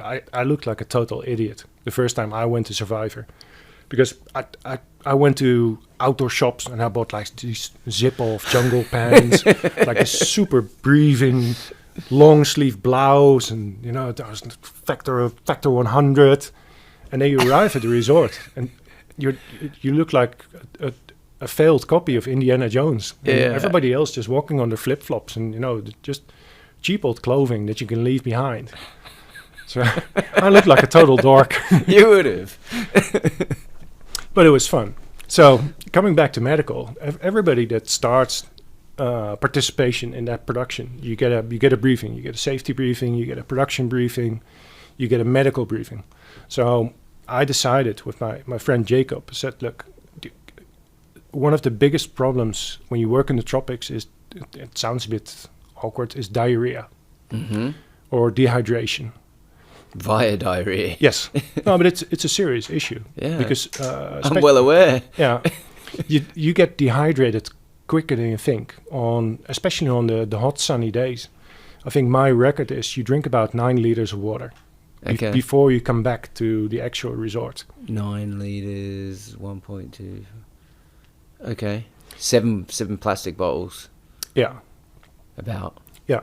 So what we started doing, we started bringing electrolytes, because after, let's say, 4 liters, you know, your body starts rejecting water. Yeah. It basically says, this is too much. I don't want it anymore. Yeah, it wants the salts, right? Yeah. So you fill it with electrolytes. And you drink about 9 liters of water a day, especially on the hotter, warmer days. But you can still get diarrhea. So I made the arrangement with Jacob. I said, look, I'll explain the group about diarrhea. So when this entire delegation of a country came to the resort and was getting their briefing, and Jacob was pretty serious about his story. And he said, the next topic is pretty important for you guys. Is it cast or just crew? Crew. Okay, so it's not the contestants. No. Okay. No, I'll tell you about how we regard the contestants. Okay. So Jacob told everybody, said, look, this is Floris, and he's going to explain a few things about diarrhea. And please, you need to know this is super important. So please pay attention. At that point, do people start sniggering? No, because they didn't know Jacob and they didn't know me. I think I'd snigger. Yeah. So I said, one of the most important things about diarrhea is, how do you recognize if you've got diarrhea? You can be in doubt sometimes, and when you're not sure, see a doctor. But there's one trick. If you're out on the island and you want to be sure whether or not you have diarrhea, there's one trick which I would like to share with you. You just lower your pants, you shit in your hand, you bring up the shit, you throw the shit in the air, you flip your hand, and if the shit falls on top of your hand and it stays there, you don't have diarrhea. If it siphons through your fingers, then you've got diarrhea. Go see a doctor. And everybody was looking at me like, is this dude serious? So it's pretty much... No one tried it though. I'm pretty sure somebody did in a very drunk state. Maybe. Yeah. So with regards to contestants, it's a different story. Then everybody basically has to put up their game faces. We don't wear watches near contestants because contestants need to have that proper experience. Mm-hmm. So you can't really tell time or show time. You just want to give any reference to any of the outside world, just kind of remove it, right? Yes. Including time. Yeah. Or... Second thing is we don't eat near contestants. And there's no jokes around contestants. So every time that you're around contestants, you're just super mindful. You make sure that they don't steal your food. So don't put your food anywhere near a contestant because they're hungry. They've been suffering. So we try to stay as discreet as we possibly can. You're not allowed to talk to them? You can, but we can't. We're not allowed to disclose any details. You can't like joke around, or is it more just answering a question? Or the problem is that the contestants, after a while, they will try to manipulate you. Yeah, right. In a way, to gain information or to find out where your food is or where your drinks are. So you try and keep it as superficial as you can. So yes, you will be around contestants, but you keep a distance. You don't develop a relationship with them. No like, way. It's a bit like prisoners and correctional officers. Yeah, almost. Yeah. Yeah. I guess it's a similar relation. Yeah. You need to keep your distance. Yeah, trust me, you will, because they're smelly. Yeah, okay. They start smelling. Think My about goodness. that. How bad? I mean, you're not the right person. Like a homeless person? I don't know. I guess you're not the right person to ask, but, if you don't wash your hair for 3 weeks... Oh, no, I didn't wash my hair for 2 years when I was younger. Yeah, I'll take a smell later. No, it starts to smell... It starts to clean itself, and I was going in the salt water a lot. Yeah, yeah. I washed... The rest of me I did wash. Yeah. No, so now the contestants are, really smelly. But more like BO, right? Yeah, but that's because, they're suffering. And that's what the entire show is about. It's about suffering. And when contestants are being taken out of the program, of course, they will be very carefully, medically examined just to make sure that they're doing okay. Because you can't just open up the valves and say, oh, you know what? You haven't eaten for 21 days. Here's a hamburger. Yeah, no. Because then you are going to have diarrhea. Yeah, of course. I mean, things go wrong. And especially the medical part, because it is a risky production, is very well taken care of. So that they're able to perform a number of procedures. I'm not going to say if you lose your leg, then they'll sew it back on, which is a bit ambitious, I would say. But they're able to do a lot of things on that production that, if in case of serious condition, they will probably stabilize you enough for the chopper to bring you to a hospital. Uh-huh. So locations need to be within reasonable distance of a hospital? It depends a little bit on the situation. Of course, I was not involved in the location process, so I don't choose the location. No, I guess But in general, they're like chopper distance to a hospital, right? You yes. can't be so remote that it's like. Yeah, but even in the remotest countries and the remotest areas, you are quickly chopper distance from a hospital. Okay.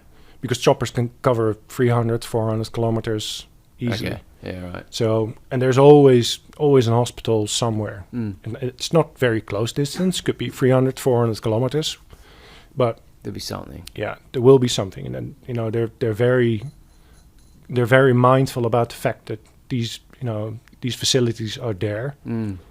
And that contestants or crew, for example, could be taken care of properly on site. Even, on these uninhabited islands, there's always medical staff there to provide support. What about animals and stuff like that? Oh, they're there. Yeah, but do they do a sweep? Like, do they, say like Australia, for example, like some things are pretty poisonous. Yeah, Would they be? Would they remove animals or sort of relocate them or? They do. But some locations you can't. It doesn't really make that much sense to do it. Unlike Australia, where every animal's trying to kill you. So I don't even trust koalas anymore. They've all got chlamydia. Yeah, that's what I heard as well. Dirty little bastards. Yeah. Now, unlike like Australia, my first edition of Survivor was on an island in Malaysia, and it's an island, so the animals can't really go anywhere. Is it near Tiaman, around that side? Yeah. Yeah. So the animals can't really leave the island because you don't want them there, so they're just there. And fortunately, there's enough local support, local staff that's been hired, and these guys are super experienced when it comes down to removal of snakes, scorpions, centipedes. But at some point, you will run into snakes. And before I started, so I have to thank my two dear ladies that allowed me to go to Survivor. When I came to Survivor, I was like extremely scared of snakes and everything, and that being on Survivor and being active on Survivor, being confronted with wildlife, you get used to it. Even a person like myself who really doesn't like snakes, if I cross a snake now in McRitchie or any other nature reserve and it's on the pathway, I'll just take a stick and I'll just lift it off the pathway and put it back into the bushes. Or leave it be, depending on what type of snake it is. Yes, true. No, but it depends. When you're surrounded by wildlife, at some point you get used to it. And of course, you see the examples, how you can respectfully get animals out of the way of conflict, in a way. I was staying on this island in Cambodia. It was like my own Survivor, but without the challenges. And it was like a remote, like, like the little, very small huts. And they said, like, don't bring any food, they didn't explain why. They just said, don't bring any food. And like, I can't sleep if I'm hungry. So I bought a little bit of food, and all the food was sort of at this like main central thing. And, the generators went off at, I can't remember, like 8 o'clock or something like that. But then there was power at the main central bit, which was just a big open, I don't know, like massive roof, which they made, and there was like a bar and places to chill and stuff like that. And then I just bought like some crackers and stuff like that, because I hate not being able to sleep, and peanut butter. And then there was fucking like the first night, like rats. Yeah. And they got into my food, and I was like, oh no, like that's why you don't bring any food. And then, so I kind of like, I found where they like incinerating stuff is the only way to get rid of stuff. So I kind of like chucked my stuff in there and didn't say anything in that. And then like sort of 4 or 5 days later, it's probably because of the rats, right? It was a rainy day, and I was just like sort of floating between inside of the thing, and then there was a hammock. I'd lie there and read a book, and I went in, and it was windy, and I kind of heard this like wind noise, and I was like, oh, wind or whatever. Couple of hours later, came back and I heard it again, and I kind of like looked over, and there's a fucking snake coiled up like right where my bag was. I was like, fuck, like, so I sort of went up and told the guys, and they were like into action immediately, like 3 or 4 of them, like they've got a stick, there's a machete, I don't know what type it is. So you called the Cambodian A-team, basically? Well, the guys that were up there, and they were on it. But like I kind of knew that it was poisonous, because in Australia you kind of learn about snakes and stuff like that. Like, he just didn't look like a snake that constricts, right? And they came down, and then the dogs were following them. Like, there was a real excitement going through the little camp, and they went in and they sorted it out, cut it up. It was a cobra. It was a black cobra. A spitting one. I don't know. Yeah, it's a spitting one. Yeah. Okay. So it was like fucking stupid to bring food. And that's probably the reason why I was there, right? I could probably smell the rats and stuff like that. Yes. But yeah, they were very excited, cut it up and invited me to have the soup with them. Yeah. But yes, please carry on. Yeah. So you actually ate the snake? Yeah, with them, Okay. cooked. Well, nothing goes to waste in those countries, does it? No, that's viable meat. Yeah. Yeah. So, as mentioned, you get used to wildlife, and I guess coming back to those beaches, plastic on the beaches. Once you see how bad the situation is, then you become much more aware of the problem. And even now in Singapore, similar like yourself, I just bring 2 bags, just fill them, drop them in the garbage can, and that's it. And for me, Survivor has taught me so much. All this 4G, 5G, I mean, try no G. You kind of you can basically leave your phone at the resort, because don't ever think that you'll have any reach or connection or network at all these uninhabited islands. The only thing that you have is your radio. If you want to talk to somebody, use your radio. That's the only thing you have. And if you're lucky, and or at least the ones that I did, if you're lucky, you can do some WhatsApp, maybe a WhatsApp call in the middle of the night when everybody's asleep. But apart from that, there's very little luxury. Yeah, this island, they said, if you want a signal, go to the top of the cliff, and you might get a bar. Like they said, you might be able to send a message. You're not going to be able to make a call, sort of thing. I mean, I walked up to the top of the hill, but it wasn't to use my phone, sort of thing. I loved it, like the isolation. Yeah. I was there in the end for 3.5 weeks, I think. Yeah, I only planned to stay 1 week, and just hung out for a while. Yeah, I found it was absolutely fantastic. Strip away all the luxury. Yeah. There is no McDonald's. There is no KFC. Every morning I'd wake up, like all that rubbish that you said, sort of like it is there, man. Like and some days there's loads and some days there's none. I'd get like when there was rubbish, like I'd wake up and I'd get a stick and I'd like whack all the rubbish like up away from the water, and like I was like playing golf or something, and then I'd like pick all that rubbish up.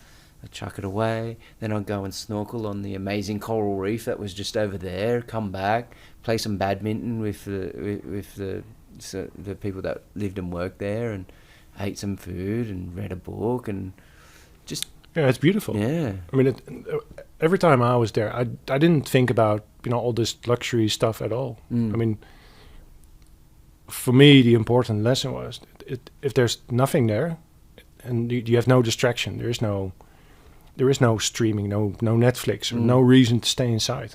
Do you guys get time to yourself though? Like Yes. Okay. Yeah. So you can enjoy where you are a bit. Yes, definitely. I mean, enjoying where you are is for me personally was when you go out to these uninhabited islands, because I guess in a way it feels like you're the first person that comes to that island. You feel a little bit privileged in a way. But they are inhabited, right? Because it's a resort. No, the actual shoot locations can be on multiple islands, which are uninhabited. Oh, so you guys are staying on Island A, which has facilities in a resort. You sleep there and stuff like that. But the Dutch people are living on Island B, and exactly Norwegians living on Island C, and then they might come to Island A to do the challenges and then get shipped back. Yes. Yeah, that's correct. So you can't tell that on TV. It looks like the challenges are occurring or you assume the challenges are occurring on the same island. No, sometimes the locations are just insanely beautiful. At the same time, extremely challenging, because in the Philippines, the majority of the islands are made out of volcanic rock. Yeah. It looks like razor-sharp black rock sticking out of the sea. So one of the lessons I've learned is you really need to get proper footwear, like proper water shoes. Yeah. Flip-flops don't work. No. Right, they get stuck in the mud and they're gone. So you need to invest in some proper gear, get proper water shoes. Another thing is if you're standing in the water, you don't know what's under your feet. No. And there's a number of animals, and you don't really want to stand on them. Stonefish and Stonefish, stuff like that, stingrays. Yeah. So And one of the worst thing is actually the sea urchin. Even though it's not venomous, but if a spine from a sea urchin goes into your foot, Yeah. my friend Dr. Jacob will come. He'll take a piece of rock and he will hammer it and crush it while it's still inside your skin. To get it out? No, to crush it, because it's very brittle. But it's very difficult to get it out in one piece. So he'll take a stone and smash it while it's still inside Right. your foot or in your leg. And then how do you get all the dust out? Well, you don't. Oh, your body deals with it. Your body deals with it, but it's rather painful and it's kind of smelly. If you get like coral cuts, you've got to scrub the shit out of that, right? Because it can live in you. I had that happen actually. I scraped some coral and then like I got this kind of burning rash and it just wouldn't go away. And then at that point I knew it's like, because it's a foreign agent to your body, right? So your body can't tackle it, it can't do anything. It's a foreign organism. So then I just had to get this like cream, and then it was cool. Oh, cream? That sounds better. My friend, he Yeah. where he was, they got a wire brush and just basically like kind of like created a wound and removed coral and meat from his body. I think it was like fire coral or something like that I'd scraped on with. So was your friend, was he a doctor or?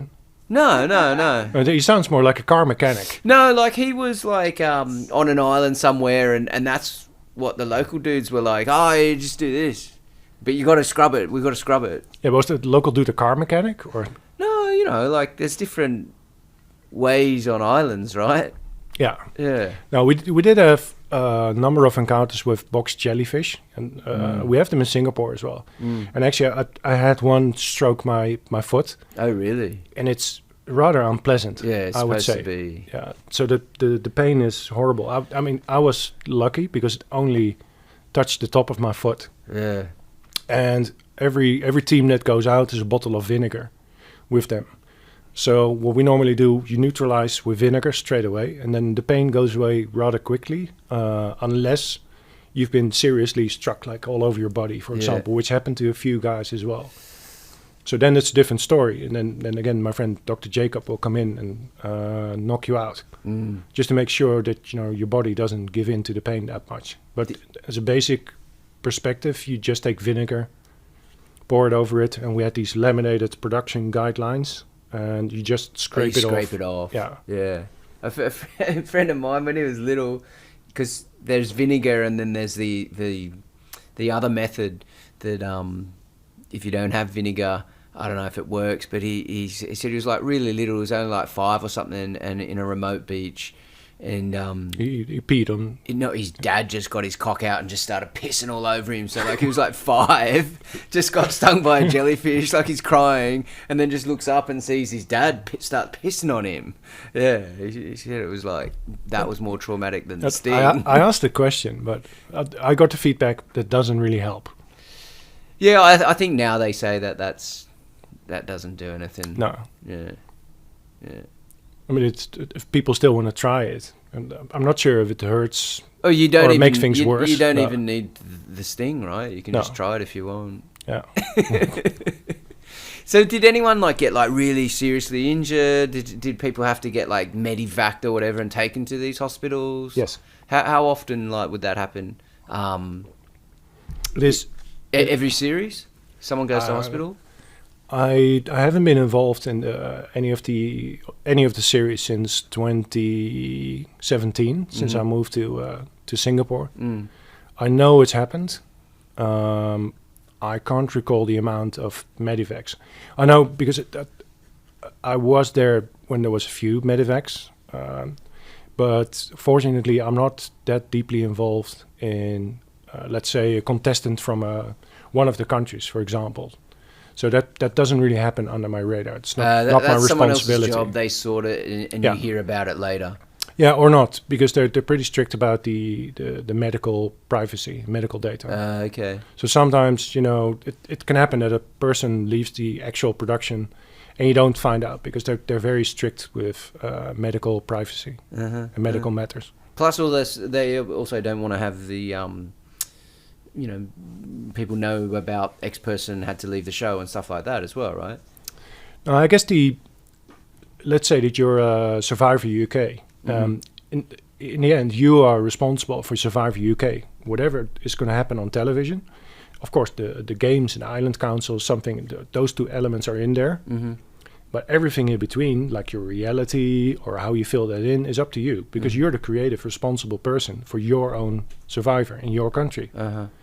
And aside from the fixed elements that are part of the format, it's up to you to fill it in. Right. As long as you stay within the lines that the format has and the format describes, it's basically up to you how you fill it in. So you guys were like the back end and provide all the infrastructure, and then like the UK Survivor, for example, they sort of craft the story and who's the villain and what's happening and all that type of thing. Right. Did you ever see any like full on like meltdowns and arguments and stuff like that between contestants? Yes. Is that Many. Yeah. Because you're starved, right? For one, you're in this situation, you don't know all these people.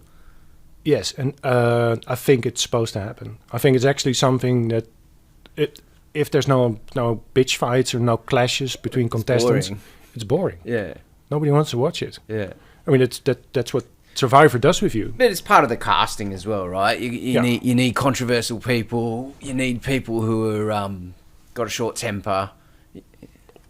Not everyone, but some of them. You need eccentrics. Absolutely. Yeah. But did you ever see it like proper kick-off? Was there fights or?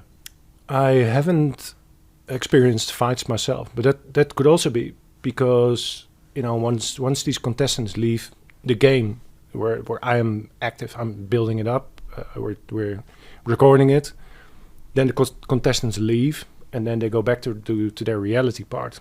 So you're not involved in that island bit. So you're just all challenges and stuff like that. So I don't really see that, right? In a way, because we're still packing up on this island and getting ready for whatever is next. Okay, yeah, right. So I know, and I heard the stories that sometimes they clash with each other, and how bad it is. I don't really know. I mean, there's so many countries that participate that I don't speak 11 languages. So sometimes we just need to ask the local producer or the executive producer, like, what's going on. Unfortunately, they will always help us and explain to us and say, okay, guys, you need to be mindful. When you point your camera, please note that Kyle has been speaking very badly about Paul. Okay. So there might be a conflict between Kyle and Paul later during the Island Council. So focus on that and try to pick up on it, sort of thing. Okay. Yeah, right. Oh, so it must be pretty cool though. Like you sort of get to work in these amazing places. It's super cool. Yeah.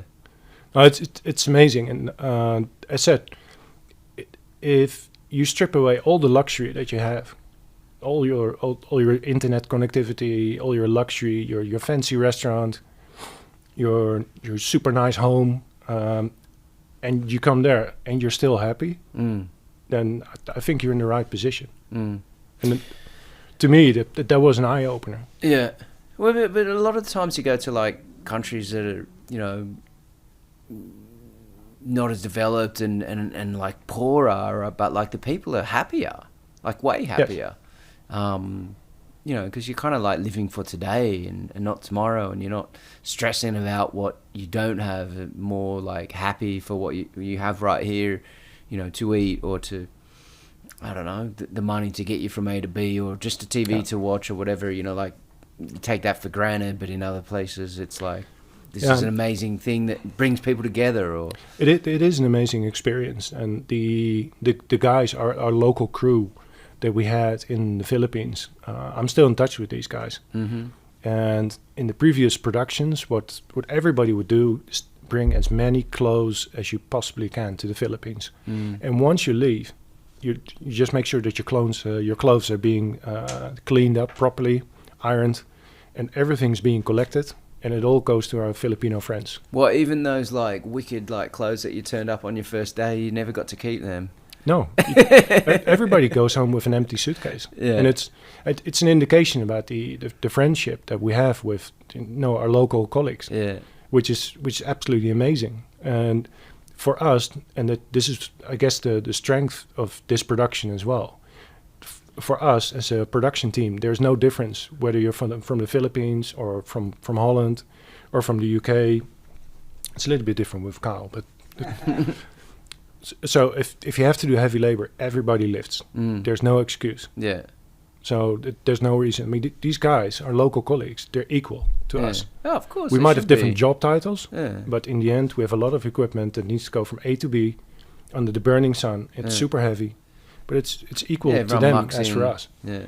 And I guess that if you treat them like equal people, like colleagues, then it becomes a different situation. And they know that you don't abuse them, and we're super friendly with them. Yeah, there's no reason why you would treat anyone any different in that situation. But it does happen. Yeah. Yeah, I'm sure it does. Yeah. Yeah. The first time I like left and traveled by myself, like I went to I ended up on Tiamen Island, and I remember them saying, "Oh, over there, that's where they filmed that show." Do you know what I mean? As we sort of went out, so it must be like possibly the island that you're talking about. But like they were such like lovely people. Like I went there and I kind of I got on really well with like a small group of people that lived there and sort of like hang out with them and stuff like that. And I don't know, they gelled with me more than they did the other sort of tourists. I don't know, because I just sort of hang out with them, but like basically like maybe the first day that I was there, like I'm sort of backpacking and I'm trying to save money, and I'm in a like really rustic hut, like it's got a bed and a bathroom, and like I'm trying to save money, right? So I wake up in the morning, I go to the supermarket, buy some stuff. They have cereal, they have like that UHT milk, whatever, the milk that doesn't go off. And then like I need a bowl and a spoon, right? So I buy a spoon and I buy this like plastic bowl and it's got like this handle on it sort of thing. And then I go back and I still haven't had breakfast and I'm sitting on my balcony and like I'm eating this cereal from this bowl, and like these guys are sort of walking past and they're like, "Oh, Paul, you crazy guy," like this. And I'm like, "Hey," like this. And then like I sort of like finish eating the cereal and then I go into the bathroom to sort of, have a shower because it's hot. And then I realize like, oh, this is the same type of bowl that's there because there's no toilet flush. There's just a big bucket and you scoop it out and you kind of clean your butt with it, right? And they didn't know that I'd gone to the supermarket to buy it. They thought I was just like eating out of using the existing one. Yeah. And I don't know, maybe that was the thing that like gelled us together. But like, yeah, they were really, really nice people. And then I remember one guy, like he used to always like sleep on the beach and he'd get cold at night. So when I left, like I gave him a hoodie that I had. And then 2 years later, I was coming back from UK going to Australia, and I thought, I'll just go back there. And I got off the boat and one of the people there is like, "Oh, Paul," like fully remembered me. And like, come on, like come back. And he wouldn't even let me put my bags down. He just, like it's an island, right? There's a dude fishing. He goes, "Give me 2 fish." And he's sort of like, people knew this guy on the island, and the guy gave him 2 fish, and then he took it to someone else. "Oh, cook this for me." And we sat down and ate, and then went and sort of stayed at their place where they were managing a few huts and stuff like that. And they were really, really nice people. Yeah, I mean, to me, it's amazing to get to meet these people to start with, but also you get to work with them, you get to laugh with them, even though there's certain people in your group that don't really speak that much English. But the fun of joking around with each other, just little boys fun. You take a piece of grass and just poke it in somebody's ear, just very gently. When they're sitting with their back towards you, all that stuff that makes it fun. Yeah. Basically, you're just having fun together while working on one of the most beautiful places on the planet. Yeah. No, and cool. It's super cool, and I was super privileged to be able to do that. So I'm very happy. That's cool. And you worked on Glory as well, right? Glory Kickboxing. Yes. Yeah. So like Glory was, it's not the old K1. It was a different organization, right? Yes. But there was a lot of K1 fighters that went over. Yes. Basically, it's my understanding. I believe that K1 went bankrupt. Right. At some point in the past. Pierre Andurand, a very smart gentleman from France, and a very, let's say, very motivated kickbox fan, and he actually kickboxes himself as well. So he came up with the idea with 2 or 3 more people to seize the opportunity, given the fact that K1 was no longer active in the market. Oh, let's make the new K1 sort of thing. to buy K1 basically and take that brand K1, which was well established. It was just financially it was a nightmare, but the events themselves they were selling. There's sold out stadiums in Japan and Korea. Is it Saitama Stadium? Saitama Super Arena. Yeah, right. So the events themselves they were selling out. There was a lot of legendary kickboxing fighters in there as well. It is my understanding that they tried to buy K1, and that conversation went horribly wrong. Okay. Then it went wrong to an extent where Pierre decided, you know what, I'm going to build my own brand. Forget about it. Forget about K1. However, what I'm going to do, I'm going to buy your K1 archive. Everything, every single match, everything you have, because that was with the curator in possession already. So, and we'll get to that soon, because of COVID, that actually proved to be let's say a gold mine. Because they get air stuff. Yes. So at some point, I was working as in Holland and Belgium and Spain for one of the kickboxing organizations called It's Showtime, the biggest one in Holland, or one of the biggest one in Holland by that time, together with Golden Glory. I think those were the two big ones.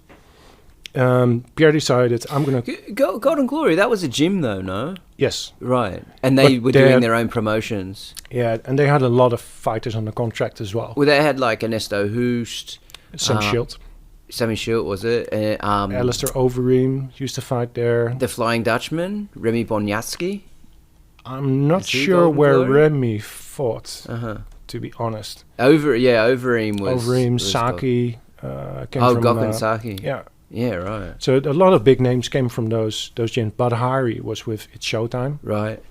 But in the end, they did do crossbreeding on events. So if there was a big event, then the fighters from multiple gyms would come to an organization like It's Showtime. Pierre acquired, I believe, both It's Showtime and Golden Glory, and the new name was called Glory. That was all nice, but there wasn't really a plan, or let's say a plan that was known to me. So we were having our first kickoff meeting in a office in Zaandam, just above Amsterdam, and it was, I'll never forget, it was next to a gas station, and there was some kind of self-storage underneath it, and it was a bit out in the woods. Interesting, to say the least. And we got the announcement, and they said, look, we are going to do one event every month, and we want to do 12 events per month. Fortunately, UK gentleman, Dave Tully, got presented to assist on the broadcast part. So I was more on the technical side of the broadcast. And Dave and myself, we were looking at each other. We had nothing. There was some kind of graphics, but it was nowhere near what people were expecting from it. There were no stadiums that were rented. There were no locations. Okay. So the first 4 months was kind of like a rat race where everybody's looking for stadiums somewhere. And also to add more drama, Pierre mentioned, he said, I only want big names. So get me Rome, get me Milan. We went back to Tokyo for New Year's Eve. But everything all the locations needed to be confirmed. Nobody had seen the locations, so we knew nothing. You're flying in blind. Well, we did do site surveys, but the problem was if you have one event, let's say in August, and you have an event in September, October, November, December, then you know that you have to do 4 site visits. On top of that, your event week itself is a week as well. So you know that apart from the preparation that you need to do at the office, you need to do your site visits. So that means you'll be on location at least 2 weeks a month. And depending on the availability of the location, you probably do an additional week, because site visits never are scheduled when it's convenient for you. Oh, because like, I don't know, Rolling Stones Yeah. is playing in the Saitama Yeah. Arena. Yeah. So we were traveling like there was no tomorrow, and that I think that lasted for about a year, and it was complete crazy. And I've learned so much from it. At the same time, we've been to Sao Paulo. We never held an event in Sao Paulo because somebody on the board said, it's not going to happen. We went to Korea. In the end, we never had a Korean event. Well, at least you got to see these places. Yes, it's nice if you like traveling. Yeah. So there was so much traveling involved, and at some point we had a old It's Showtime event, which was still supposed to take place as part of the guaranteed contract from It's Showtime. So I think I did a site visit in Tokyo, and then I flew back to Amsterdam. Then I did a event in Sao Paulo. Then I flew back to Amsterdam. Then I flew out to Tokyo again for another site visit. Came back to Amsterdam. Had to fly to Rome for my next trip, next site visit. Came back to Amsterdam, and then I went back to Tokyo for the actual event. Wow. So I was flying through time zones, and the stewardess on the plane on my last flight back from Tokyo, she was basically about, I looked like a wrinkled old cat that's been lying in the sun for an old leather bag. And she asked me, are you all right? I said, yeah, I'm a little bit jet lagged. And she said, well, how long have you been here? I said, well, 5 days. And she said, well, you should be able to get over your jet lag in like 5 days, right? And then I explained to her my travel schedule before that, and she was like, ooh. Yeah, it's just what she does, probably, basically. No, actually, she said, we don't really do that. You guys... Because it's not really healthy. Which, like, the best events, it must have been in Japan, right? No. No? No, the best event that we had was also the most stressful one. Professional kickboxing events got forbidden in Holland. Basically, the mayor said it's, all these kickboxing events, they're part of a criminal organization. Is there a lot of underworld stuff related to it in Holland? Maybe in the past. I'm not going to say that didn't take place, because there's journalists and they did investigate, and they did maybe potentially found some stuff which was not right. In the past? Yes. However, it was a different story with Glory. With Glory, all the books were open. And even when we were aiming for the first event to come back to Amsterdam, basically the kickboxing is coming home event, people don't understand that if you're a kickboxing federation, you have to open up every single book in your closet. Everything opens up. And it was literally, the police were in constant contact with Glory before they said, it's okay. Oh, they need to be satisfied that there Yes. was no, like, dodgy stuff going on. But it was an open conversation. And the main shareholder, Pierre Andrand, and the other shareholders, they're all legit people.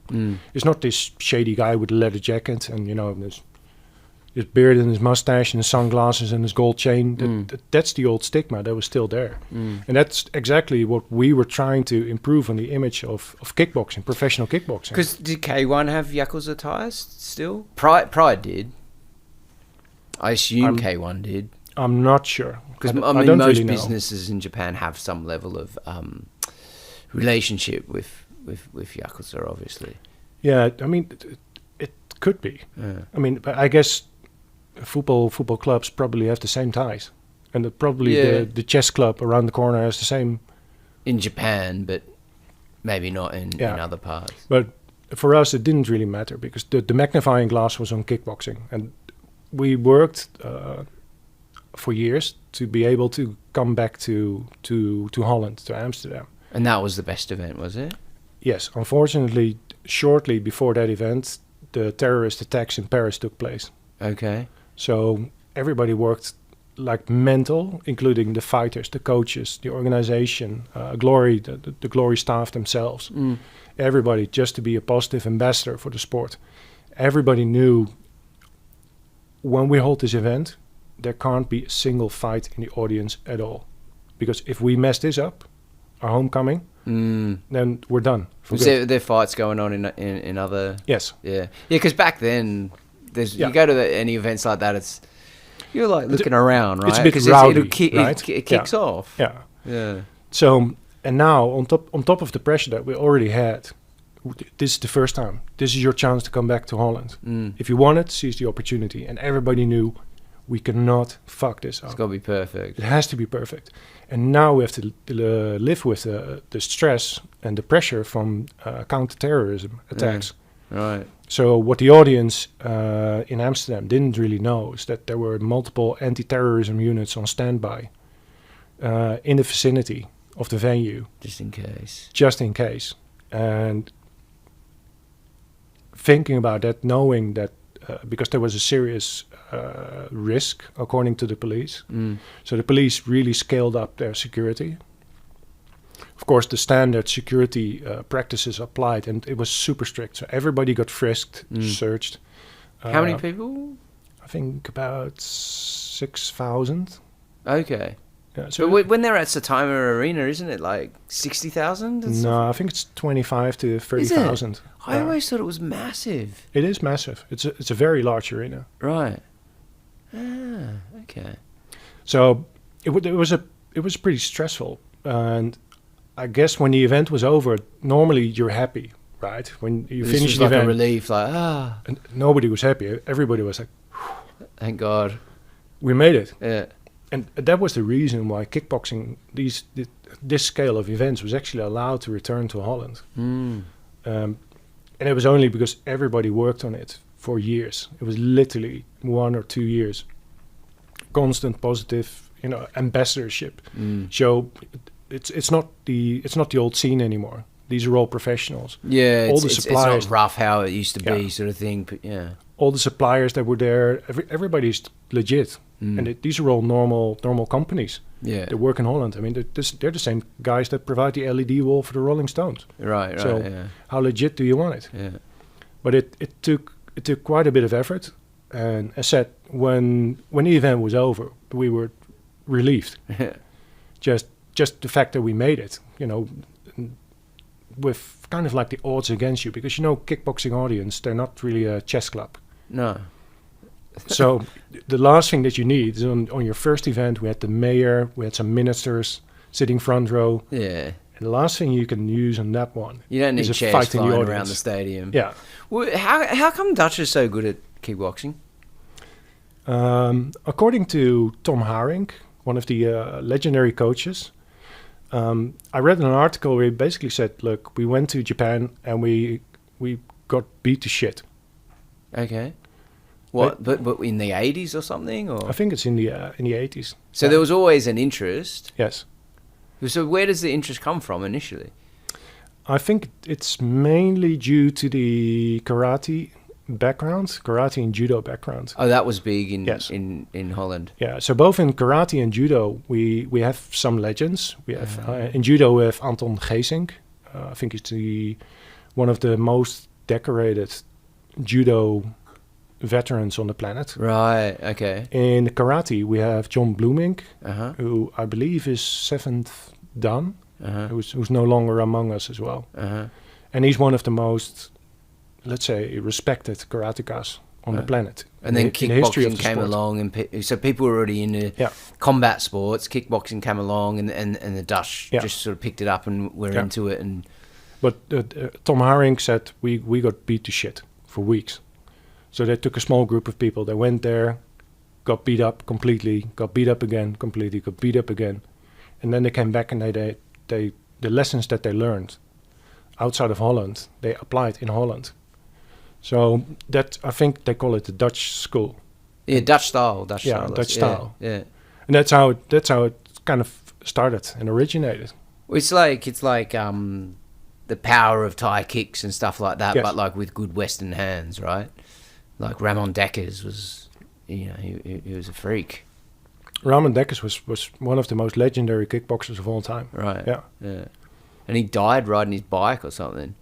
I think he had a heart attack. I actually know his father-in-law is one of the most decorated trainers in the kickboxing scene. Uh-huh. Cor Hammers. Extremely friendly, warm guy. And Cor, in the glory age, Glory was together with Raymond Daalder. They were doing the matchmaking of the matches, which is actually quite complicated from various angles.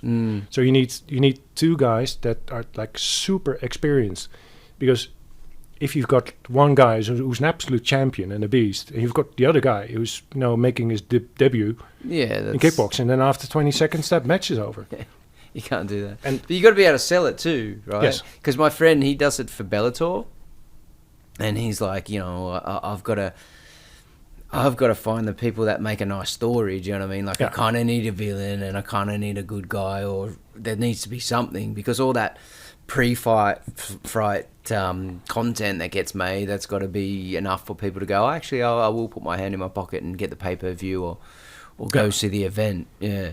And plus, you need to be mindful that you've got a limited amount of kickboxing divisions, and inside that division, it's not like you open up a can of heavyweights. That doesn't exist. So heavyweights in general, I think with Glory there were about 20 or 20 something on the roster. On the roster. That's it. And now the biggest challenge that you have is if any one of those fights, a heavyweight fight or any other category, if it turns into a slugfest and people actually need to recover from those fights, because mind you, professional fighters, they really punch and kick like there's no tomorrow. Yeah, but also different commissions will have different sort of amounts of time that people need to have in between fights, and it obviously depending on what happens in the fight as well, right? If you get knocked out, you're in for a longer rest. Yeah, I believe with Glory, every fighter, doesn't matter if you win or lose, after your fight, after your match, you get a medical checkup. Yeah. If you get knocked down or knocked out, you go to a hospital and they're going to take a scan of your skull just to be sure. Yeah, it's good. And after that, you can't really offer him a fight the week after. No. Right? So these matchmakers have got an incredibly complicated task of doing a balance act with fighters that are still recovering. With a roster of 20, that's hard. Yeah, it's super hard, and that's why matchmakers are super, super experienced. They know all the fighters, they know all the trainers, and they know what is a good matchup. So sometimes if you, instead of having the number one fight number two, let's say the heavyweight division, it could be more spectacular having the number 8 fighting number 12 in the division. Yeah. Because number 12 might be a rising star, mind you. And number 8 might be a guy that turns up for a slugfest. So that it's a very difficult balancing act. And it's very interesting to see how these two guys were doing it. So then my other question then, because I can't remember, it was one of the other guests, I think we were talking about this, is so Dutch is good at kickboxing, also good at football and other sports, in terms of a number of population you have, how many people in Holland? We have 17 million 17? Yes. Why did I think it was 4? Okay, 17 million.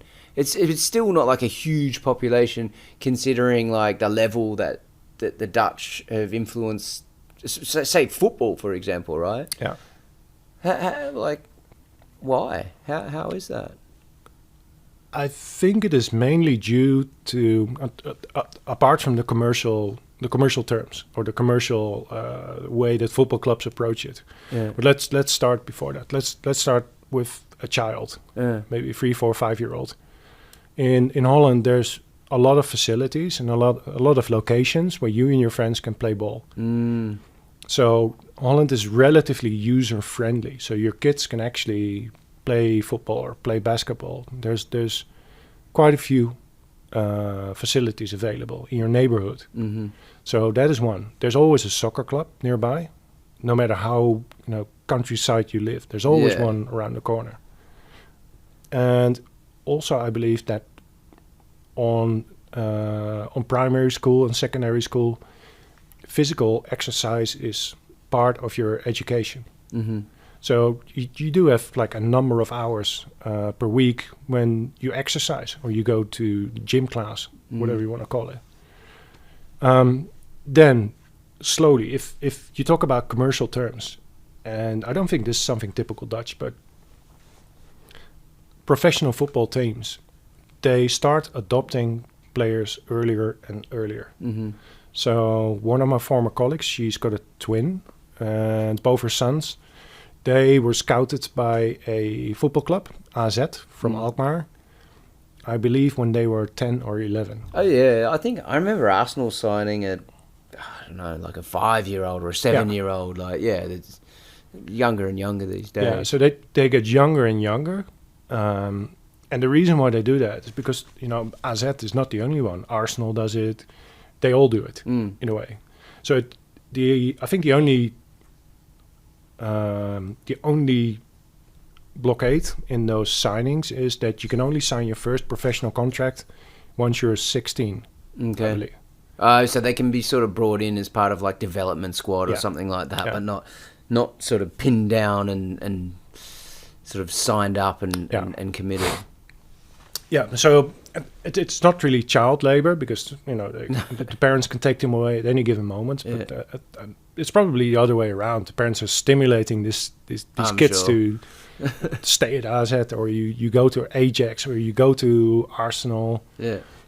So I guess that it is kind of our culture. I mean, football is our most popular sport in Holland. Yeah. We've got quite some decent football players, even at the moment. But like historically, like you guys had, like when there's like Van Basten and Ruud Gullit and all those sort of people, like there's always the Dutch on like a very high level in the world stage, but like a pretty small nation. Yeah, they do. We're also the best losers on the planet. In what way? We always get second. No, we've been in the finals 3 times now. They've never won a World Cup? No. 74, 78, and 2010, was it? 12? I don't know. Like there would be like Jaap Stam and people like that, right? Yeah. No, we've been there 3 times. But never won. Never won. Yeah. We're the best losers on the planet. Good at practice. Good practice. Oh, man, well, thanks for giving us insights into these events and world scale stuff that you've been working on. My pleasure. Yeah, a little bit about the Dutch as well. Yeah. Thanks for coming in. Thanks, mate. Cheers. For having me. Cheers, Flo. Cheers.